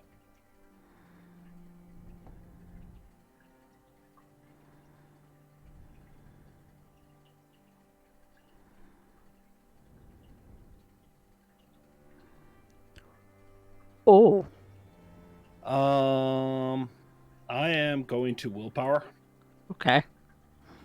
and I'm going to willpower 1 die. Mm-hmm. Okay. Okay, so that is 4. Changes it to 4. Okay. Which I believe is the... with Chase 5, it's a 3+? Chase 5 is 2+. 2+. Okay. Flying colors. You find exactly what you're wanting. Okay, I'm going to take 2 points. Okay. And I believe now how do you want to choose resonance? Based on the fact that the armory is a metal club, basically. I'm gonna say predominantly it's choleric, so it's a higher low if you want a choleric.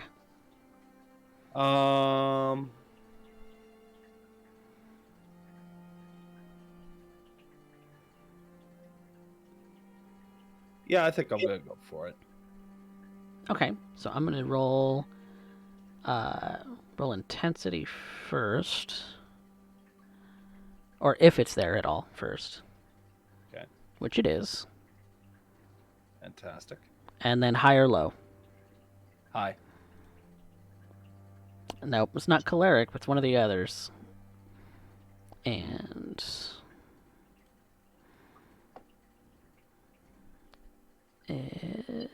what's a 5? I don't know what a 5 is. 5 would be melancholy. Ah, okay. Fortitude off. Okay. Then it's a fairly strong melancholic. You get the impression that the person at the bar was very, very deep in his cups because something has been intensely dragging down his mood. You can taste the loss, sorrow.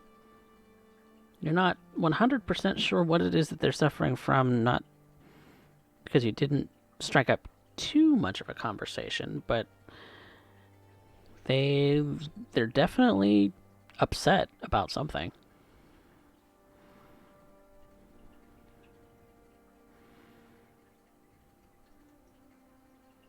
Well, at the very least, I can end up offering them a brief reprieve with my kiss. My kindness offered. Mm-hmm. And who doesn't like a kiss from a pretty lady? One can hope, though. I almost lost control in that regard. Need to be more cautious next time. Still, after I take my fill, still rolling in the sentimentality. It's weird, you can taste it, but not really feel it. But at least they're feeling something, which is a small departure from the ennui. This is a unique taste for me. And yet, alas, I must move on. And so I do so, specifically going down the list in whatever order I stack the papers in. And in truth, I'm not much caring about the order, nor am I excited in the exploration. And yet, the little the sewer weasel managed to end up getting me some names, and I'd hate to end up putting them to misuse. It's useful. If a bit eccentric.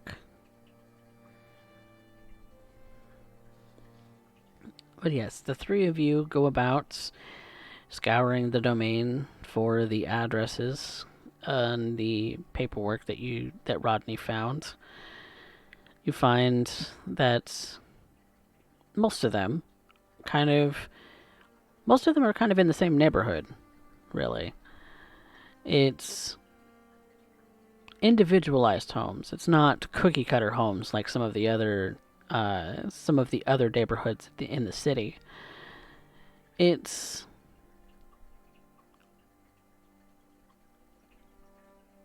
nicer. It's not grungy or dirty or anything else that's,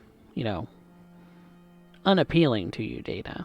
So you're feeling all right in this particular section of the city. It's not dragging you down like some other sections of the city can. So there's that at the very least. All of the lawns thoroughly trimmed and properly edged. Rose bushes look beautiful.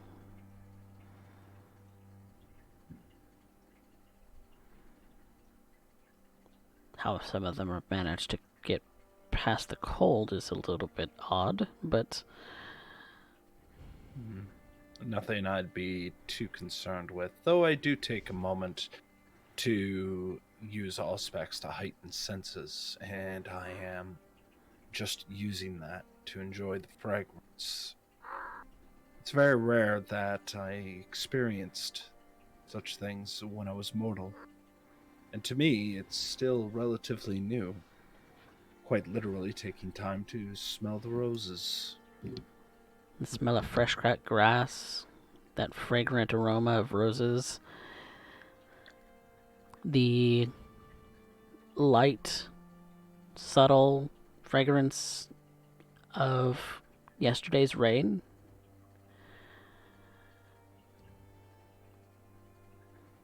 All of it kind of mingling together and really kind of putting you at ease in this space. It's a nice neighborhood. You hadn't really had time to come and enjoy it before. And supposedly I'm not having a moment now, unfortunate. Though it does make me wonder if I'll be spending a couple of decades pretending to be a lonely widower here. Wouldn't that be the role to play?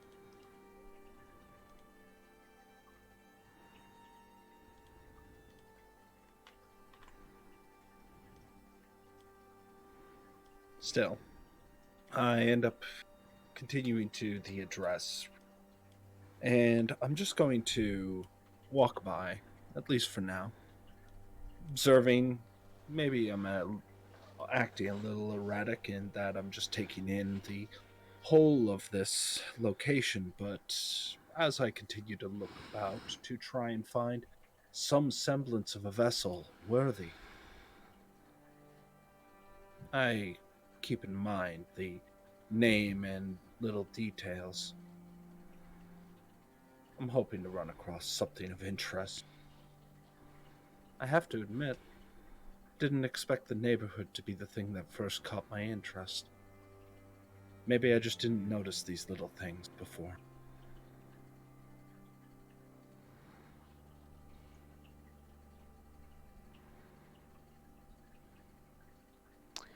And so, you kind of fixate on a specific one, going to the house for some of the time, kind of looking at the house to try and gauge who it is that you're looking at without actually looking at them. Each of you kind of stands in front of a house. Is there anything you want to do specifically, Rodney?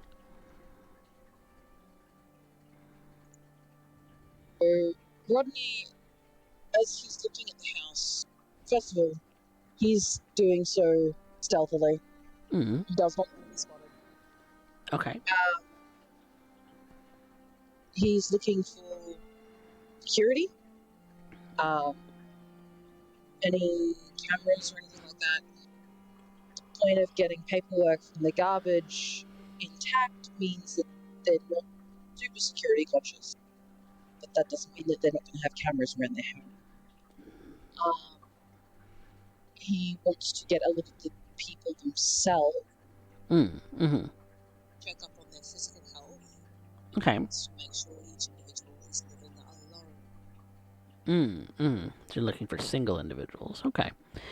Then, for this first house, I'm going to ask you, Rodney, for a dexterity stealth. Can do.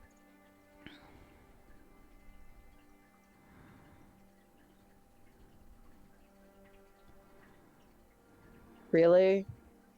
I'm gonna risk it for the biscuit. I'm gonna willpower reroll. Okay. Oh, You feel pretty confident. You feel pretty confident that you're quiet and that you're going unnoticed.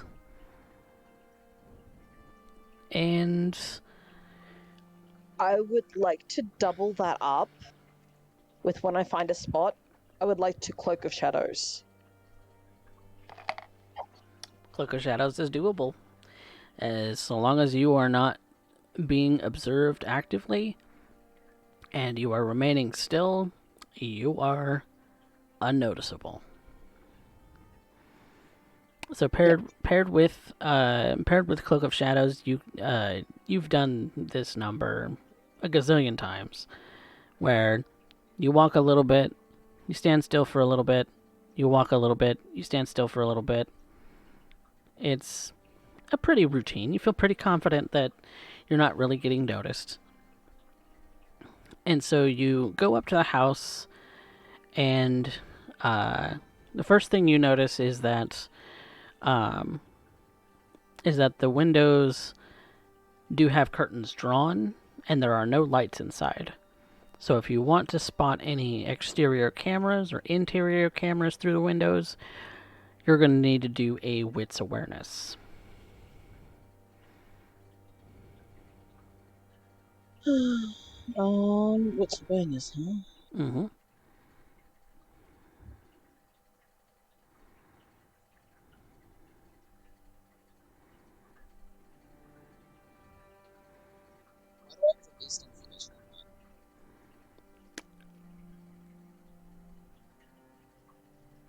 Yeah, you're starting to get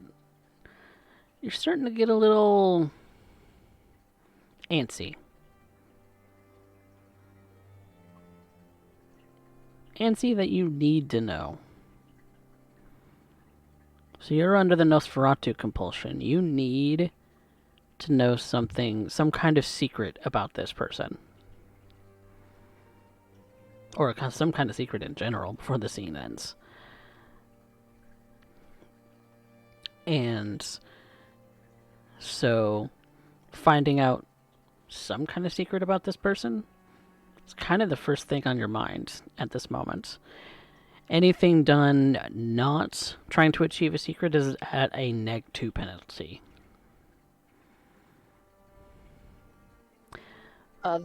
So all of the windows on this place are drawn. All the curtains are drawn, yes. You don't see any All the exterior windows- cameras, and seeing inside the house is too dark to really tell. Are all the windows latched? Are you going to try it? Yes. Okay. Then I would like you to make a... I would like to do this as silently as possible. Okay. Do you have Silence of Death? No. No. Okay. So, because you don't have Silence of Death, this is going to be a dexterity larceny.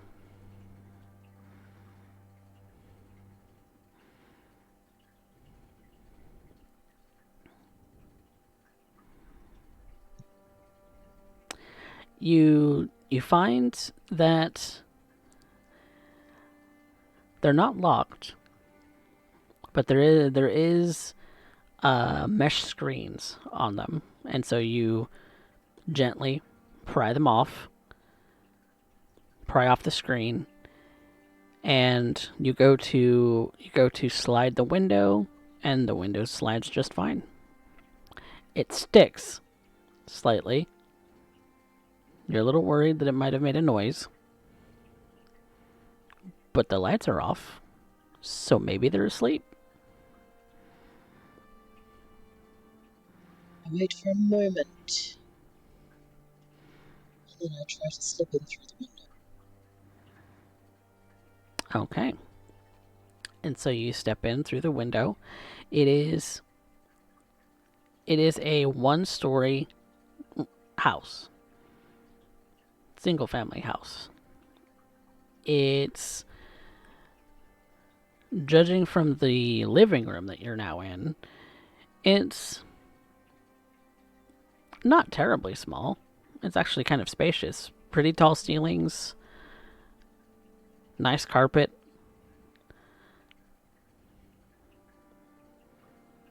You see that Charles has kind of hopped down onto the ground, because he's also looking around too.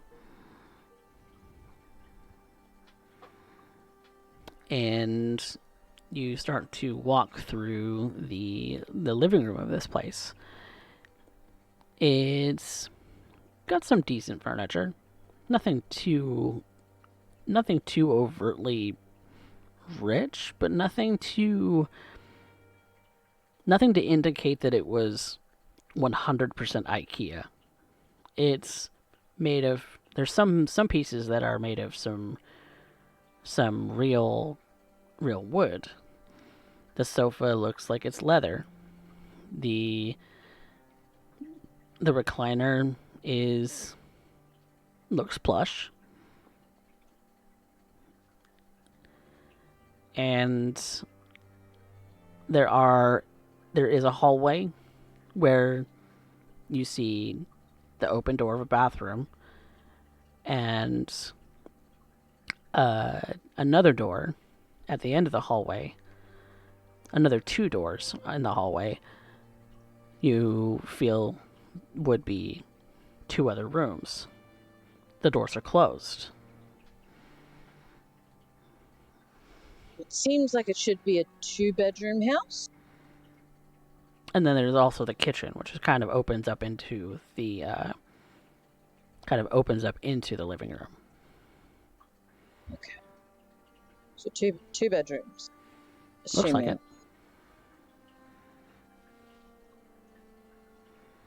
Looks like it so far. I would like to make my way up the hall and gently turn the knob on one of the doors and slowly start to open it. This will be a dexterity stealth. How quiet can you be opening that door?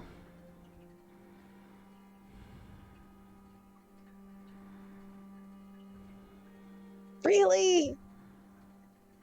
I'm gonna reroll.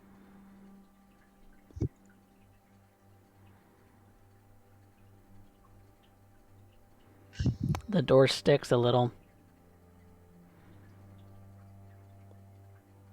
You get the distinct impression that some of the wood in this house is maybe a little warped. If windows are sticking, if doors are sticking, this place is... It looks nice, but might could use some remodeling.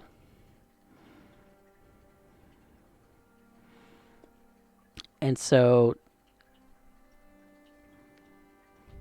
I'm gonna roll.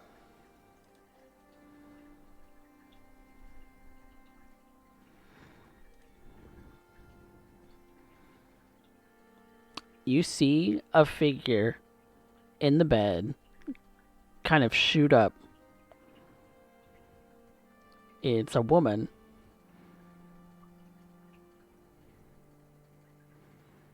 And she shrieks. Even if I've only got the door like open a crack. She wasn't expecting the door to come open. It stuck and made a noise, and she heard it. She must have been a light sleeper. I'm gonna cloak of shadows and just stand really stock still.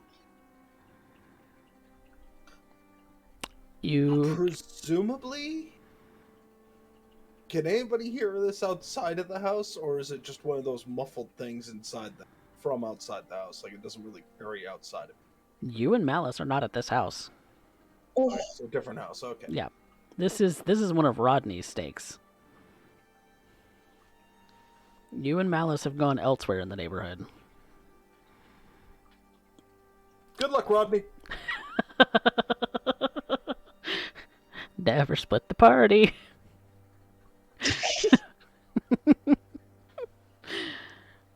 But yeah, you do hear her rustling and reaching for a light and reaching for a cell phone. You see the light come on in the room. She kind of shouts out, "Who's there?" As you can clearly see from your little perch just in the crack of the door, she is calling somebody.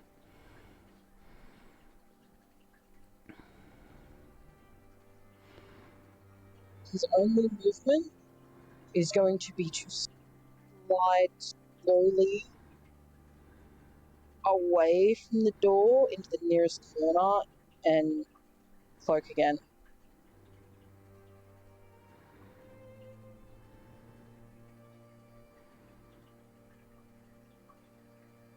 He's trying to be as quiet as he possibly can to not get caught. I am going to need a higher difficulty dexterity stealth again. She is actively looking for you now.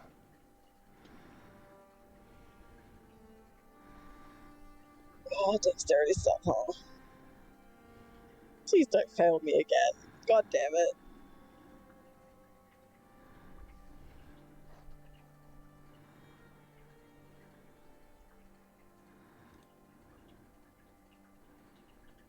You're fairly confident that you got at least out of her vision.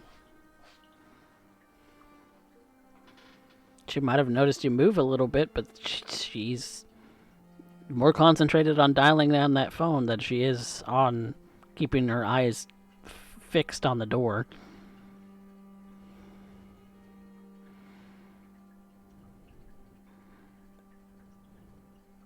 You hear the phone answer, and she's giving the details of a robbery.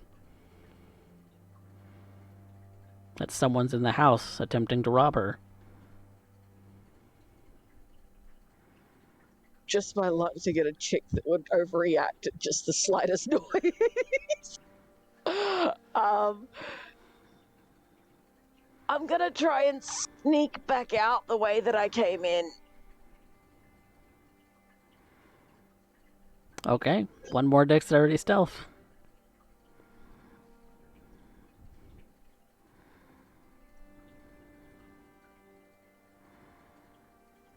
Oh, it's getting better and better every time. You feel pretty confident that getting to the window is pretty easy. You're pretty quiet. You don't sense that she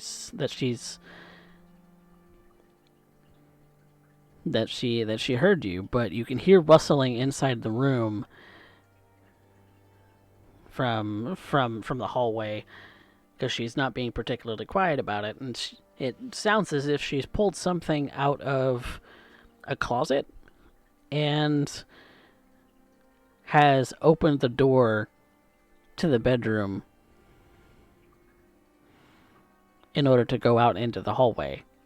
What do you do? Dive.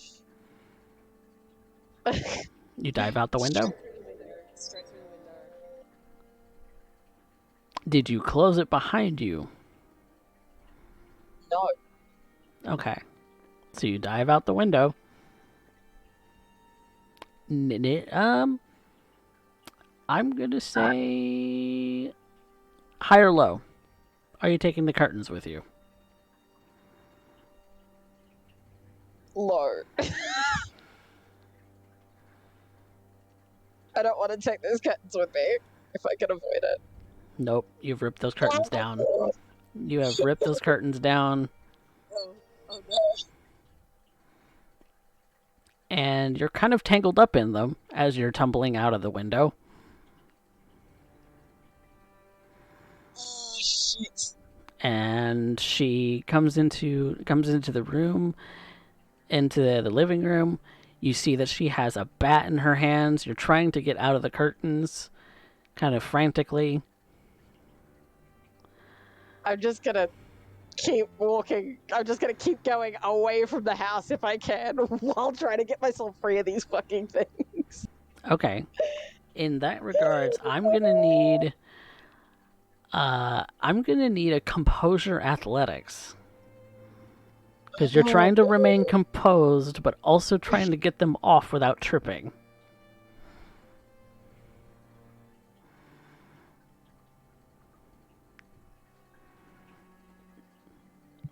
You maybe stumble over your feet a little bit as you're leaving. You rip the curtains off the rod, because the rod doesn't come out the window because you didn't open it wide enough to take the rod out.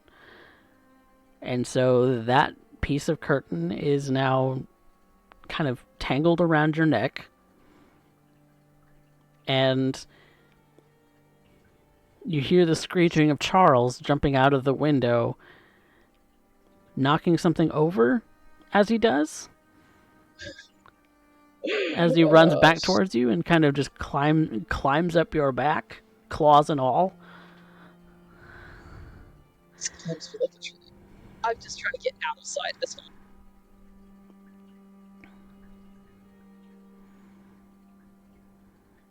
Give her as little information as I can in the process. She's looking for you. I need a dexterity stealth. Or composure stealth, your choice. Composure stealth or dexterity stealth? I think I'll go with the dexterity.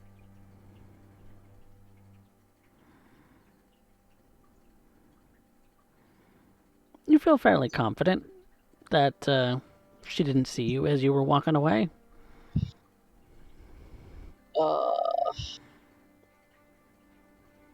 That could have gone a lot better.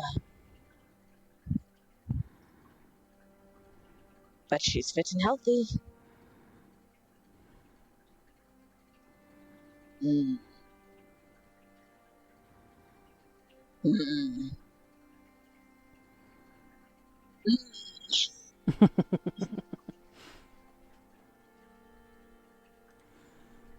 on to the next one, I guess. Perhaps this one will be better. Perhaps it will. Malice, you come across one of the houses as well. It's a nice one from the outside. What do you intend to do? Being the investigator that I am, first and foremost, Oblivion Sight. You're Much looking like for Rodney. ghosts? No. I'm assuming it's not an incredibly well lit area. Not necessarily ghosts, but being able to see in darkness and unnatural darkness. I should be able to see any security measures that the owner of this home might have installed. Okay. Cameras or ring chimes, things like that. Okay. Then I will allow you a wits awareness plus oblivion for your oblivion sight. As an awareness roll. Oblivion? Yep. Wits awareness oblivion. You're using oblivion sight basically as dark vision. 7. Pretty much.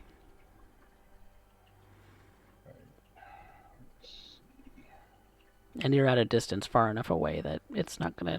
Your black eyes are not gonna catch anybody's attention.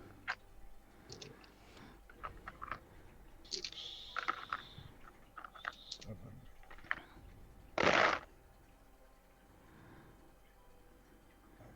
1, 2, 3, 4, 5. They're pretty well hidden, but they're there. They're meant to kind of blend against the sides of the house in the dark, because that's when most robberies take place, at least according to this person's perspective. And so you see them. They're pointed at the entrances. One at the back, one at the front. You get the sense that if there's cameras at the front and back, and one of them is really kind of camouflaged pretty well, because one of them is that kind that is masked in a doorbell. You have seen this technology before. You're pretty familiar with it. And so when you see that, you're like, ha, that's a doorbell camera. Yeah. And so that's on the front, and then there's a hanging one in the back. And you suspect that there might be other cameras inside if they've got this kind of, doorbell camera system, because they often come with additional cameras. A lot of security for one little house. And this house isn't particularly little. It is a 2-story. Say little, but it's a relative term. What does the paperwork that I have from Rodney, other than the address and name, tell me about this person? Anything? Give me a wits investigation to determine what kind of paper this came from, because it's a piece of a paper. It's not a whole thing. Ah, okay. It's investigation. Yep. Right.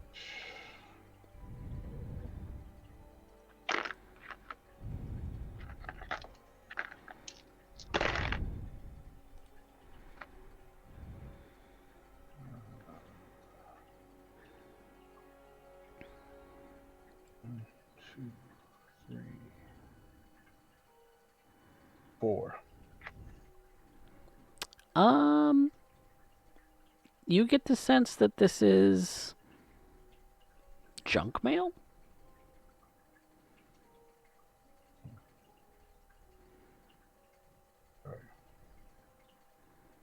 But it has So it wasn't. a full intact name and address, which was the important part that Rodney was looking for when he was scouring the streets.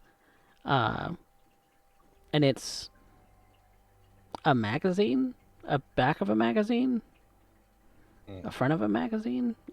The picture's torn off, so you're not 100% sure. Right.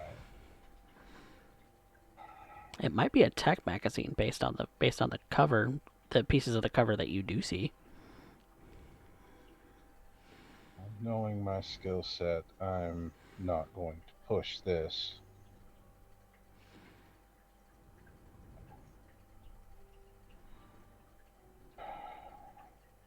Perhaps one of the others may be able to come back and check this place out, but I will move on to the next. Okay. And you have little bits and pieces of different pieces of mail, one of which looks like it's the header of a bank statement. It I doesn't will have. check that place out next. Okay. That particular piece of paper belongs to a woman. And when you get to the house, the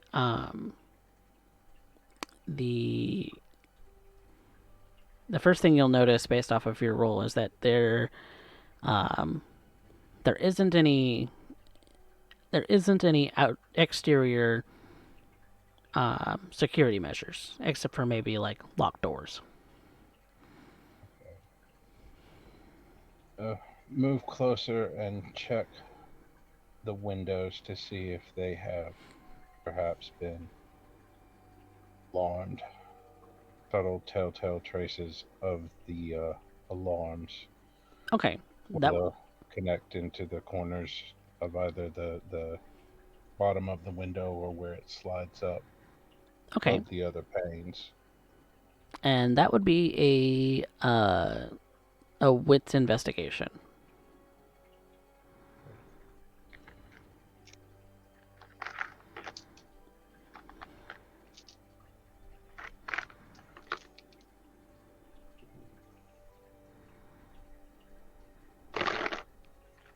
Okay.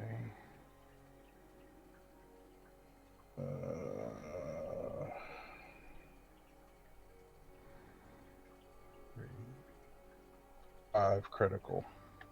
Okay, they're not alarmed, and from what you can tell, they're not latched either. There's only the screens blocking you and entry into the window. Wow. I'm not a very stealthy person, but Do you risk it for the biscuit? I am. Okay. Then if you're going to pry that screen off and open the window, I need a dexterity stealth. Or dexterity larceny, rather. Straight dexterity it is. I hope you do better than I did. Sorry, I said dexterity larceny. It's still straight dexterity.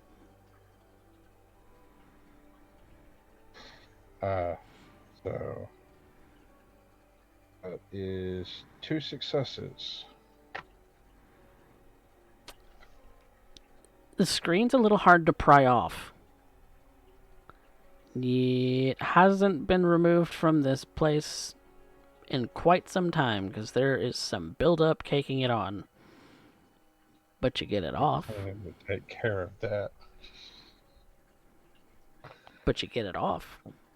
And you slide the window open, and it opens. And the blinds are drawn. There's no lights on in the house. Is my sight still active? Unless you tell me otherwise. Okay.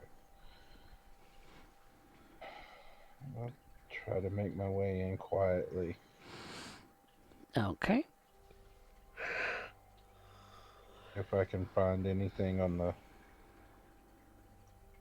counter or tabletops that might give me any indication more about this person and their income. Okay. Maybe what they have around the house as far as personal equipment for working out and such if they have such things. You peer into the window at first, and then peering in the window, this is a and peering in the window and lifting the blinds a little, you see that there are a couple of pizza boxes strewn about on the coffee table. Okay. Maybe a couple of cups of drinks. And there is a person passed out on the couch.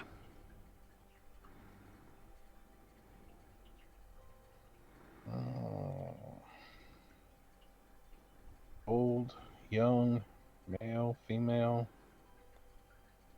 A bit of a portly gentleman.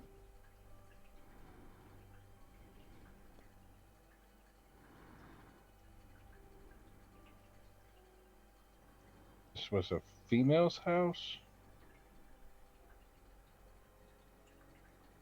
That's Said. what the name said on the address.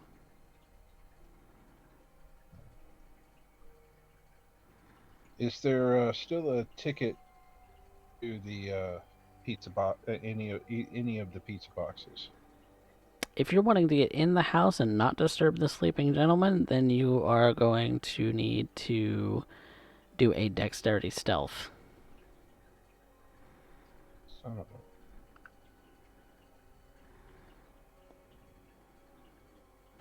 But that's what you see peering in.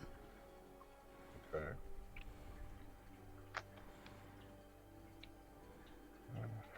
Might as well try it. 2 successes, 10 and a 7. Getting in the window's a little clumsy.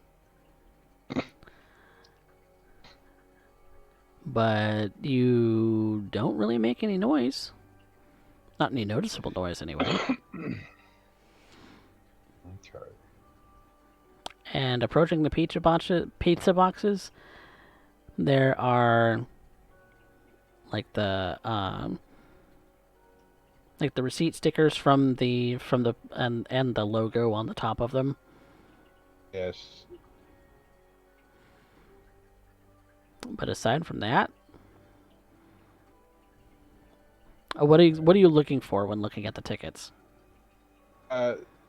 Potentially, if there might be a name attached to the ticket, as well as not only what was ordered. It looks like there was a man's name on the ticket, and the same last name as the woman from the magazine. Huh.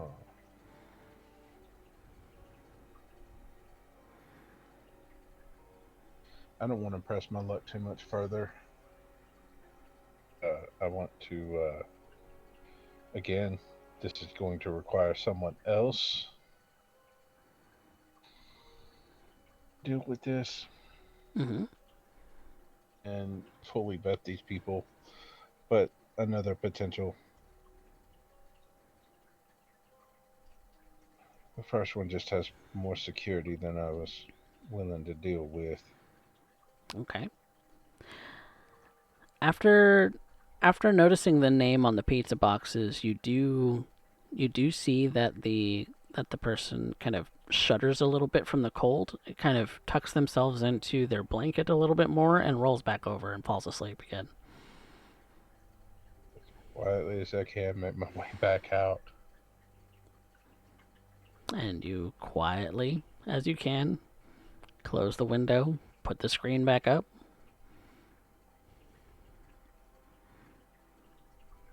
And that's it.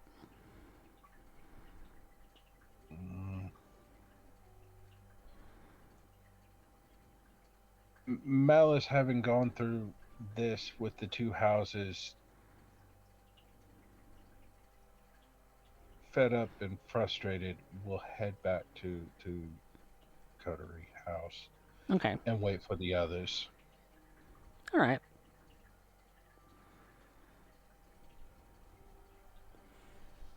And Dana, you find similar situations standing outside the houses that you're that you're looking at. And there's screens keeping the windows from being reached. Are you looking to go into any of these houses? I'm first observing from the outside. Maybe just between the blinds. Maybe they got a nightlight on. Some of them might still be up. Who knows? Mm-hmm. But I am specifically looking for signs of.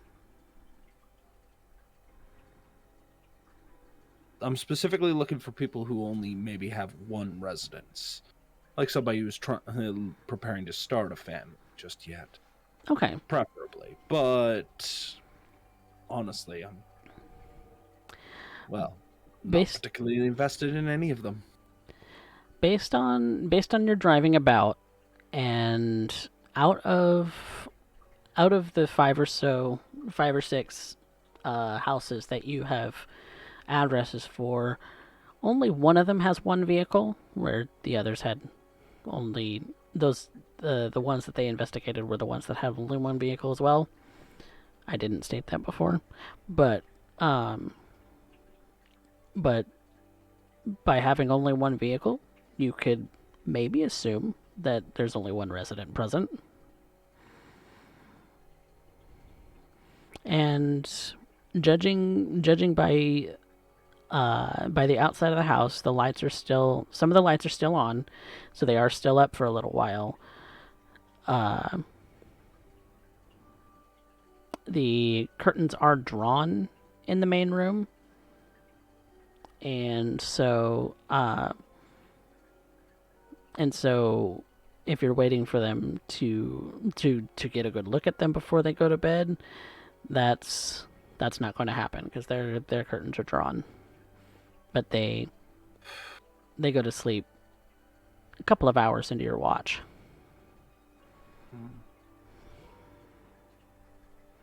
It's when I feel they're about to end up turning off the lights.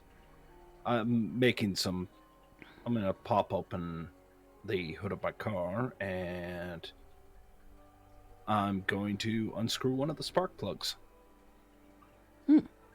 Okay.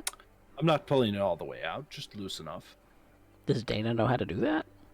She's got a craft one, which gives her a rudimentary understanding of some form of mechanics.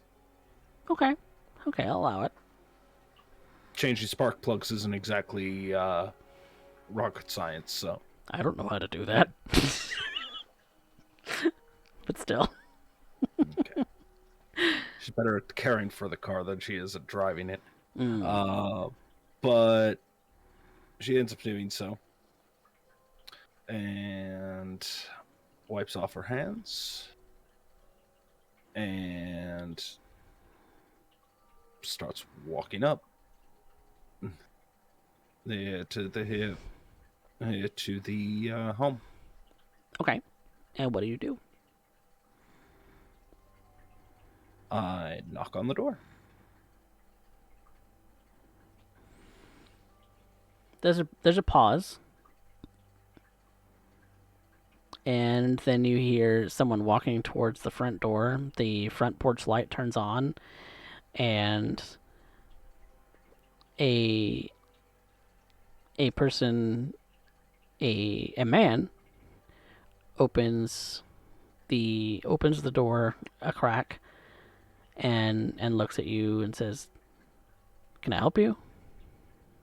I hope you can. My car won't start. Oh shit. Yeah, my phone's dead. I just wanted to end up calling the shop, telling them that I'm not going to be able to end up getting to work today, and then maybe a tow truck. Yeah. You need you need a phone? If you don't mind. I don't know this neighborhood too well. I was supposed to pick up a friend, and then they ditched on me while I'm waiting outside their place, and so then I was on my way, and yeah. This evening's been a complete wreck. I'm sorry to hear that. Yeah, I No. can. I can call a tow for you. Just call the armory. It's a small club. It's I'm actually the owner, embarrassingly enough. Oh shit! I think I've been there once. Oh, really? Yeah, it wasn't my scene.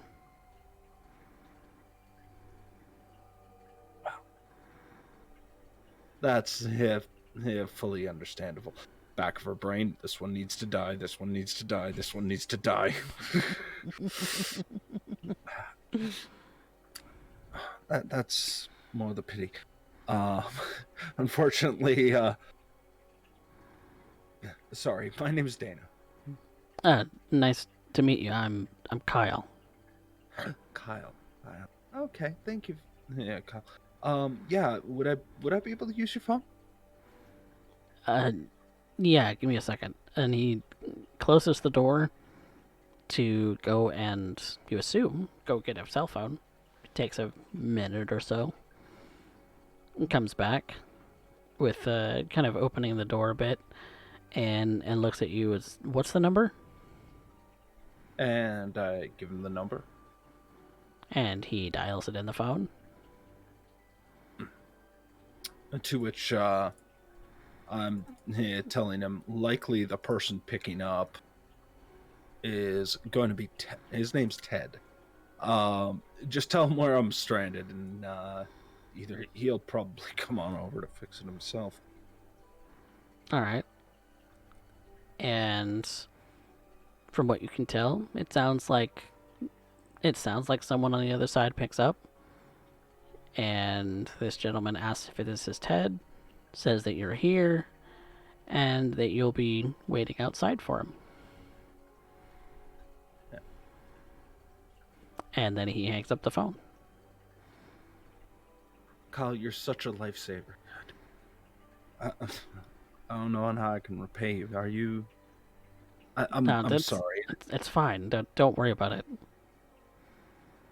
You sure there's nothing I can do for you? At this point, I am popping awe, and I am going to end up using persuasion to see if he's going to make me wait outside, or if he's going to end up inviting me in for something else.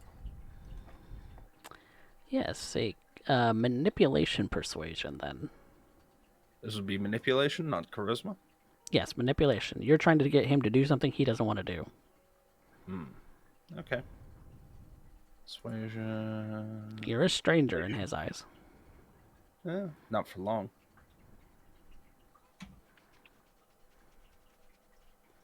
Ooh. 5 successes. You can see that definitely see that he starts to warm up a little bit. And you know the power of your presence. You know that when you turn on the charm, it's like flipping a switch. And when you flip that switch, he immediately starts to warm up a little. Gets a little less a little less guarded, and says, no, there's you really don't worry about it. I don't need anything. You're fine. And because he can definitely see that you're wearing your coat and you have like your clothing on and all of that stuff. He doesn't think that you're gonna freeze. It's not that cold. Oh, that's not enough to do it. Oh, I thought 5 would be enough. No, I'm not going to push willpower.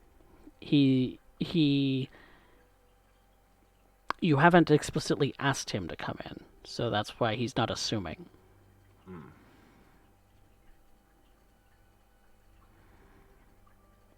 You asked him, "Are you sure there's nothing I can do for you?" Yeah, I'm not particularly good at the whole seduction thing on camera thing. But no, I will. I think Dana's just needs to spend some time with him more than anything. So, Well, yeah, she definitely asks or tries to end up inferring like it's okay if I stay inside. It is night. I'm in a strange neighborhood. At least your phone has the fact that you called the armory, so that's a start. Mm-hmm. And before too long, there is a car pulling up next to yours. Kyle has been nice enough to entertain you outside. I spend a fair amount of. I'm trying to get to know him, Mm-hmm. girlfriend or boyfriend, whatever. And Single. okay, Single definitely. but not looking is kind of what he plays it off as, but he's I warming up to assure you. you, at this point, he is definitely looking. Uh, He's looking at you, for sure. But looking for a committed relationship, he seems a little on the fence in your presence right now. But he says he's not looking. but I'm not looking for a committed relationship. Ironically enough, it's not committal that I'm looking for. But that is enough information to start. Um, I have no doubt that as Ted goes in, and I wave enthusiastically, laying the bimbo up, and Mm-hmm. make it a point to end up thanking Kyle so much. And I'm going to end up asking him if there's, or I'm going to end up saying, or I'm going to extend an invitation that he absolutely has to drop by the club. At the very least, I owe him a few drinks. And it I'll is on think the about it. house. I'll think about it. Yeah, I'll think about it. It's a weeknight. It messes with my sleep schedule, but maybe this weekend? Yeah, you're cute enough to end up here making me wait. She just leaves it at that and place or hands him a card. He has the number. He knows how to end up getting in touch with her. Mm-hmm. And unbeknownst to him, she now has his number. He called the armory. Yep. I go to Ted as he's probably gearing in, and she just kind of points to what spark plug. The nice part about Ted is a touchstone. For the most part, Dana doesn't need to lie. Hmm. Interesting choice, that one. Well, honestly, was kind of hoping to end up seeing him come in. But apparently, well, he's young, so of course he doesn't know a damn thing about cars. Most young people don't. You're an exception, I think. Maybe I just aged extremely well. Who knows? And she goes through the conversation, but as she's doing so, she's asking him like, what does he see? What is his old profession telling him about the neighborhood and what have you? She's getting a consultation, shall we say? Is let's be real. Ted is not good people. He kind of looks around after after you both kind of twist the spark plug back into place and seal it back up to get it running again. And he just kind of looks around the street, kind of peering up and down. He kind of looks at you and says, "A little too busy."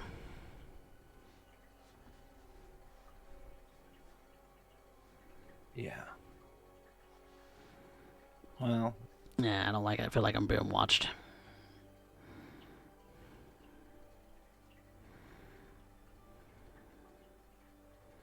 I think I can understand that. Dad, I appreciate you coming out all this way. You Be call sure to me. make sure. I'll make sure that there's a bonus in it for you. Every little bit helps. Yeah, well, There's something you need, kid?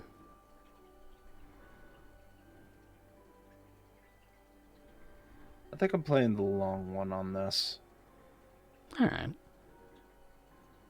Best to know what you're getting into. Don't do these things half-cocked. Right now? Certainly not. I think I just want to end up getting back to the armory and muse over it for a bit. See if inspiration takes me or not. Seems like a pretty good plan for the rest of the night for me. Well, she gets into her car and starts it up. I'll see you at work, Ted. Yeah, I'll see ya. And he goes back to his vehicle and starts it up and drives away. As she starts driving, she starts thinking about Kyle. Get him to the armory. Get him, liquor. Get him to a hotel. Our hotel. Get rid of his car. How simple can it get? How simple indeed. And I believe that is where we're going to conclude tonight's session. And possibly see what Mercy's been up to next time. And then maybe see if Dana's efforts yield fruit. But for now, this session is concluded. Thanks for playing, everybody. That was Yay! Dark dice only happened twice. running for my life. Derek, Oh, you can that have was your fucking hilarious. dice back. All right. Derek, Have your dice back. No. You can keep them. Have them back. Take them back. Eric needs new dice this time. No.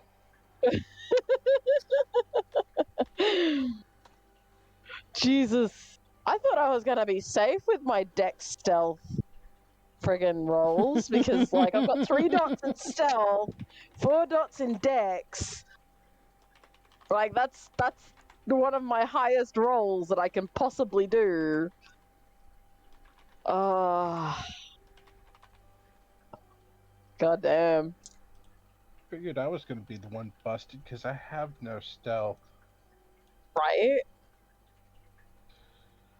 And I completely forgot to even sniff the dude to tell what kind of resonance he had. The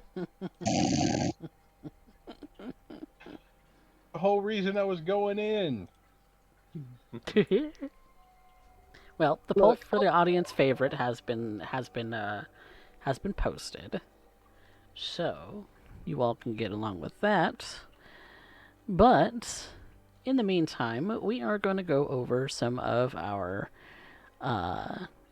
more traditional experience issuing. So everybody gets one. Woo! Yay. Did anyone... Oh, I forgot to ask. Did anyone fulfill a desire or work toward their ambition? Nope. Did not fulfill it. Mm-hmm.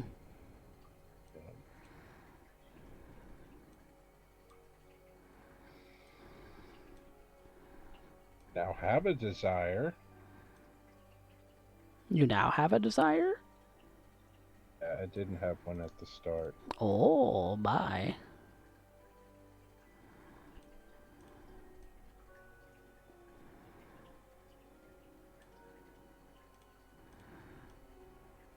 Okay. Now that we have all Sorry, of that. I Now phone that. call from my partner. I did actually fulfill my desire, which was to find a lead. Oh.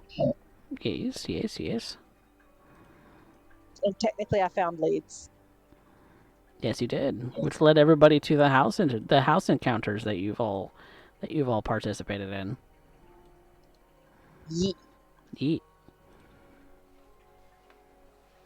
So, the next bit of experience goes to our plot mover. Who moved the plot? I gotta say, Rodney. Rodney.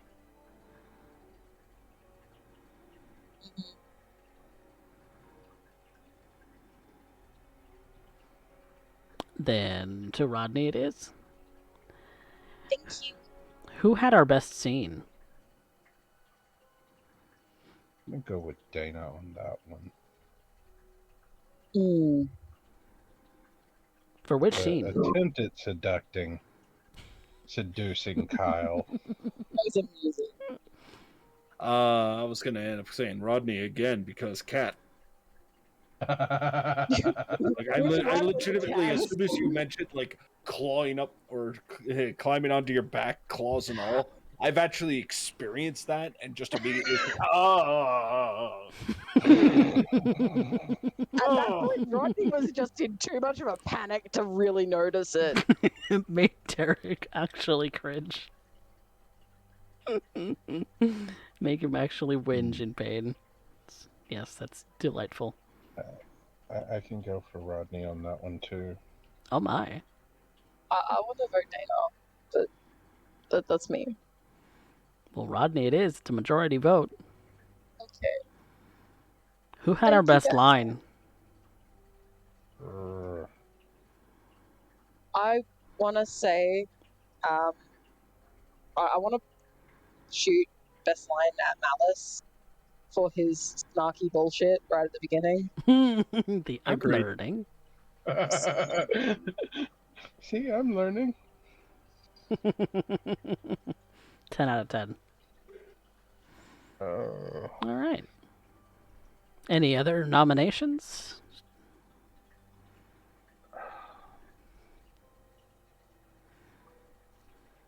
Drawing blanks.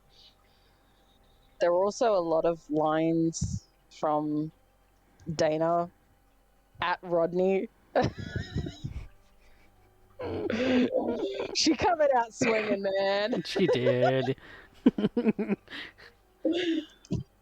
She coming for that boot right to your nuts.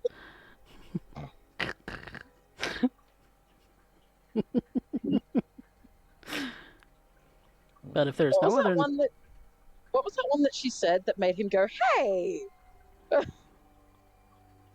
called him a troglodyte. Oh yeah, she called him a troglodyte. Woof.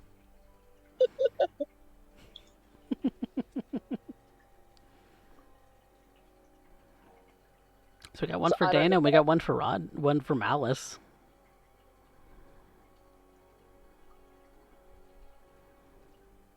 Eric, who do you think had the best line? I'm gonna give it to Malice. Malice. Same reason. All right. Hmm. Mojo, are you going Malice? Yes.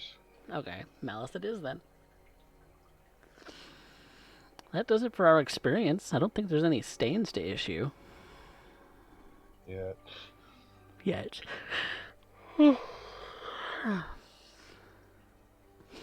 How do y'all feel about the game so far? I'm having fun. This whole Keystone Cop style fucking episode between Rodney and Malice is just hilarious.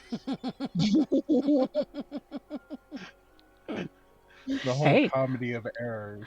You guys were the ones who decided you wanted to break into the house, so I just went with it. Yep. And I completely didn't do the one thing I intended to. So frustrated with it all. Lessons learned. But yeah, the poll's still going on, guys, so be sure to vote for your audience favorite So far, Rodney's got half the votes. But who knows? That could change. But yeah, glad you guys are liking Soul City I'm so loving far. it. I'm loving it. It's so different from the last game so far. We have It's a very eccentric Nosferatu. I love him it's so it, much.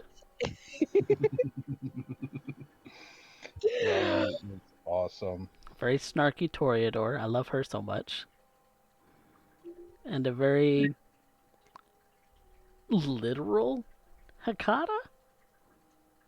He says things very literally, which I think kind of Yes. makes sense for the fact that he's a doctor. Yes.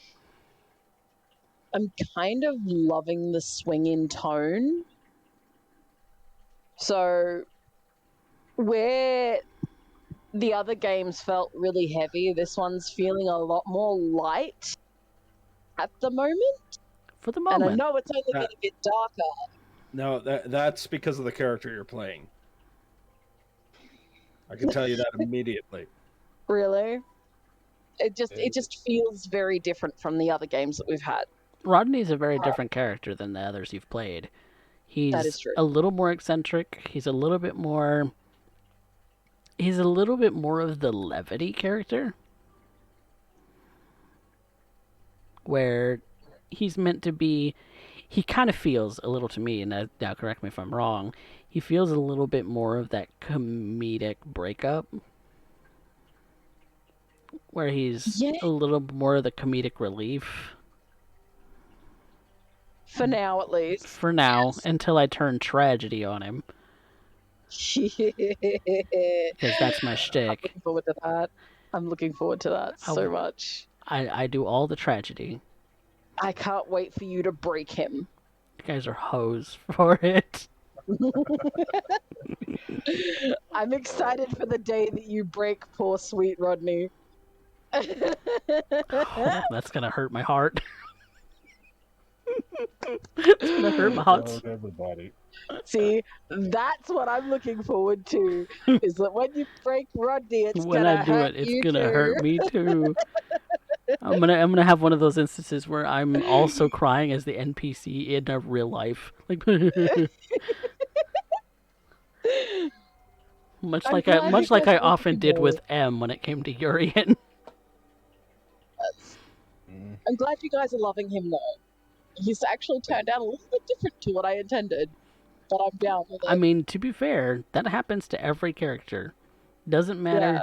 You can put stats on a sheet all day long, but until you actually like voice them, they don't become real yet. Mm-hmm. I made Katarina real today. I did not realize that she was going to be a Southerner Cappadocian, but here we are. Nice. I had a general idea where I wanted to go with Malice.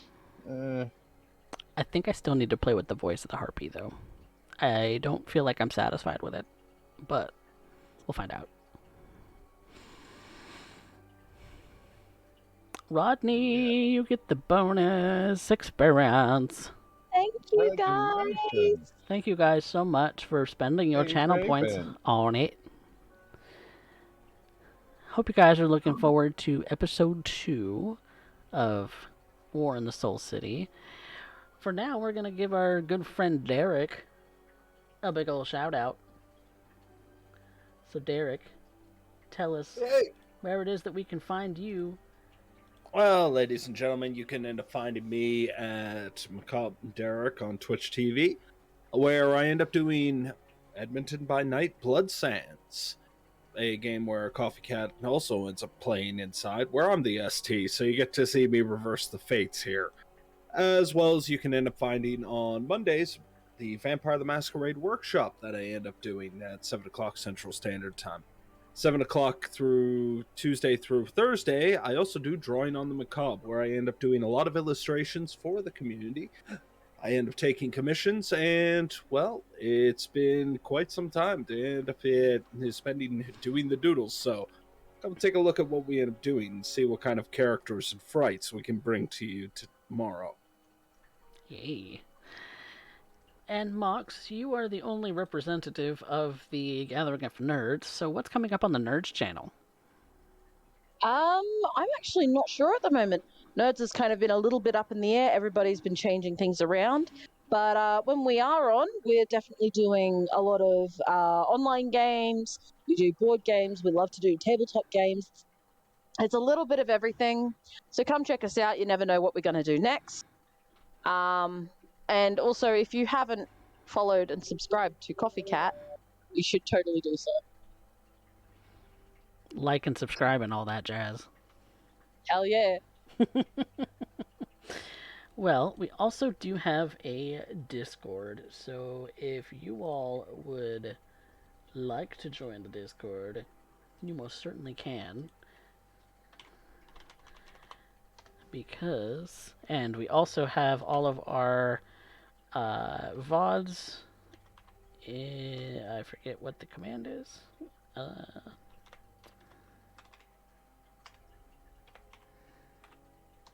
think that's it. Nope, that's not it. Okay. Well, exclamation point YouTube. That's where all of our VODs are going to get posted. And so the session 0 should already be up. And tomorrow, this VOD for episode 1 is going to go up on YouTube. So definitely be checking that out. You can always check us out live here on Twitch.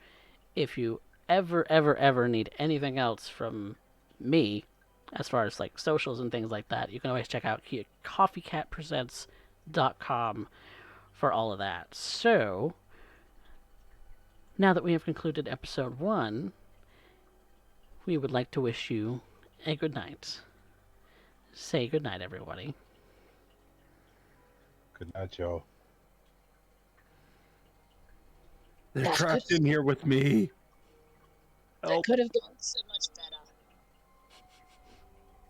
Good night, everybody.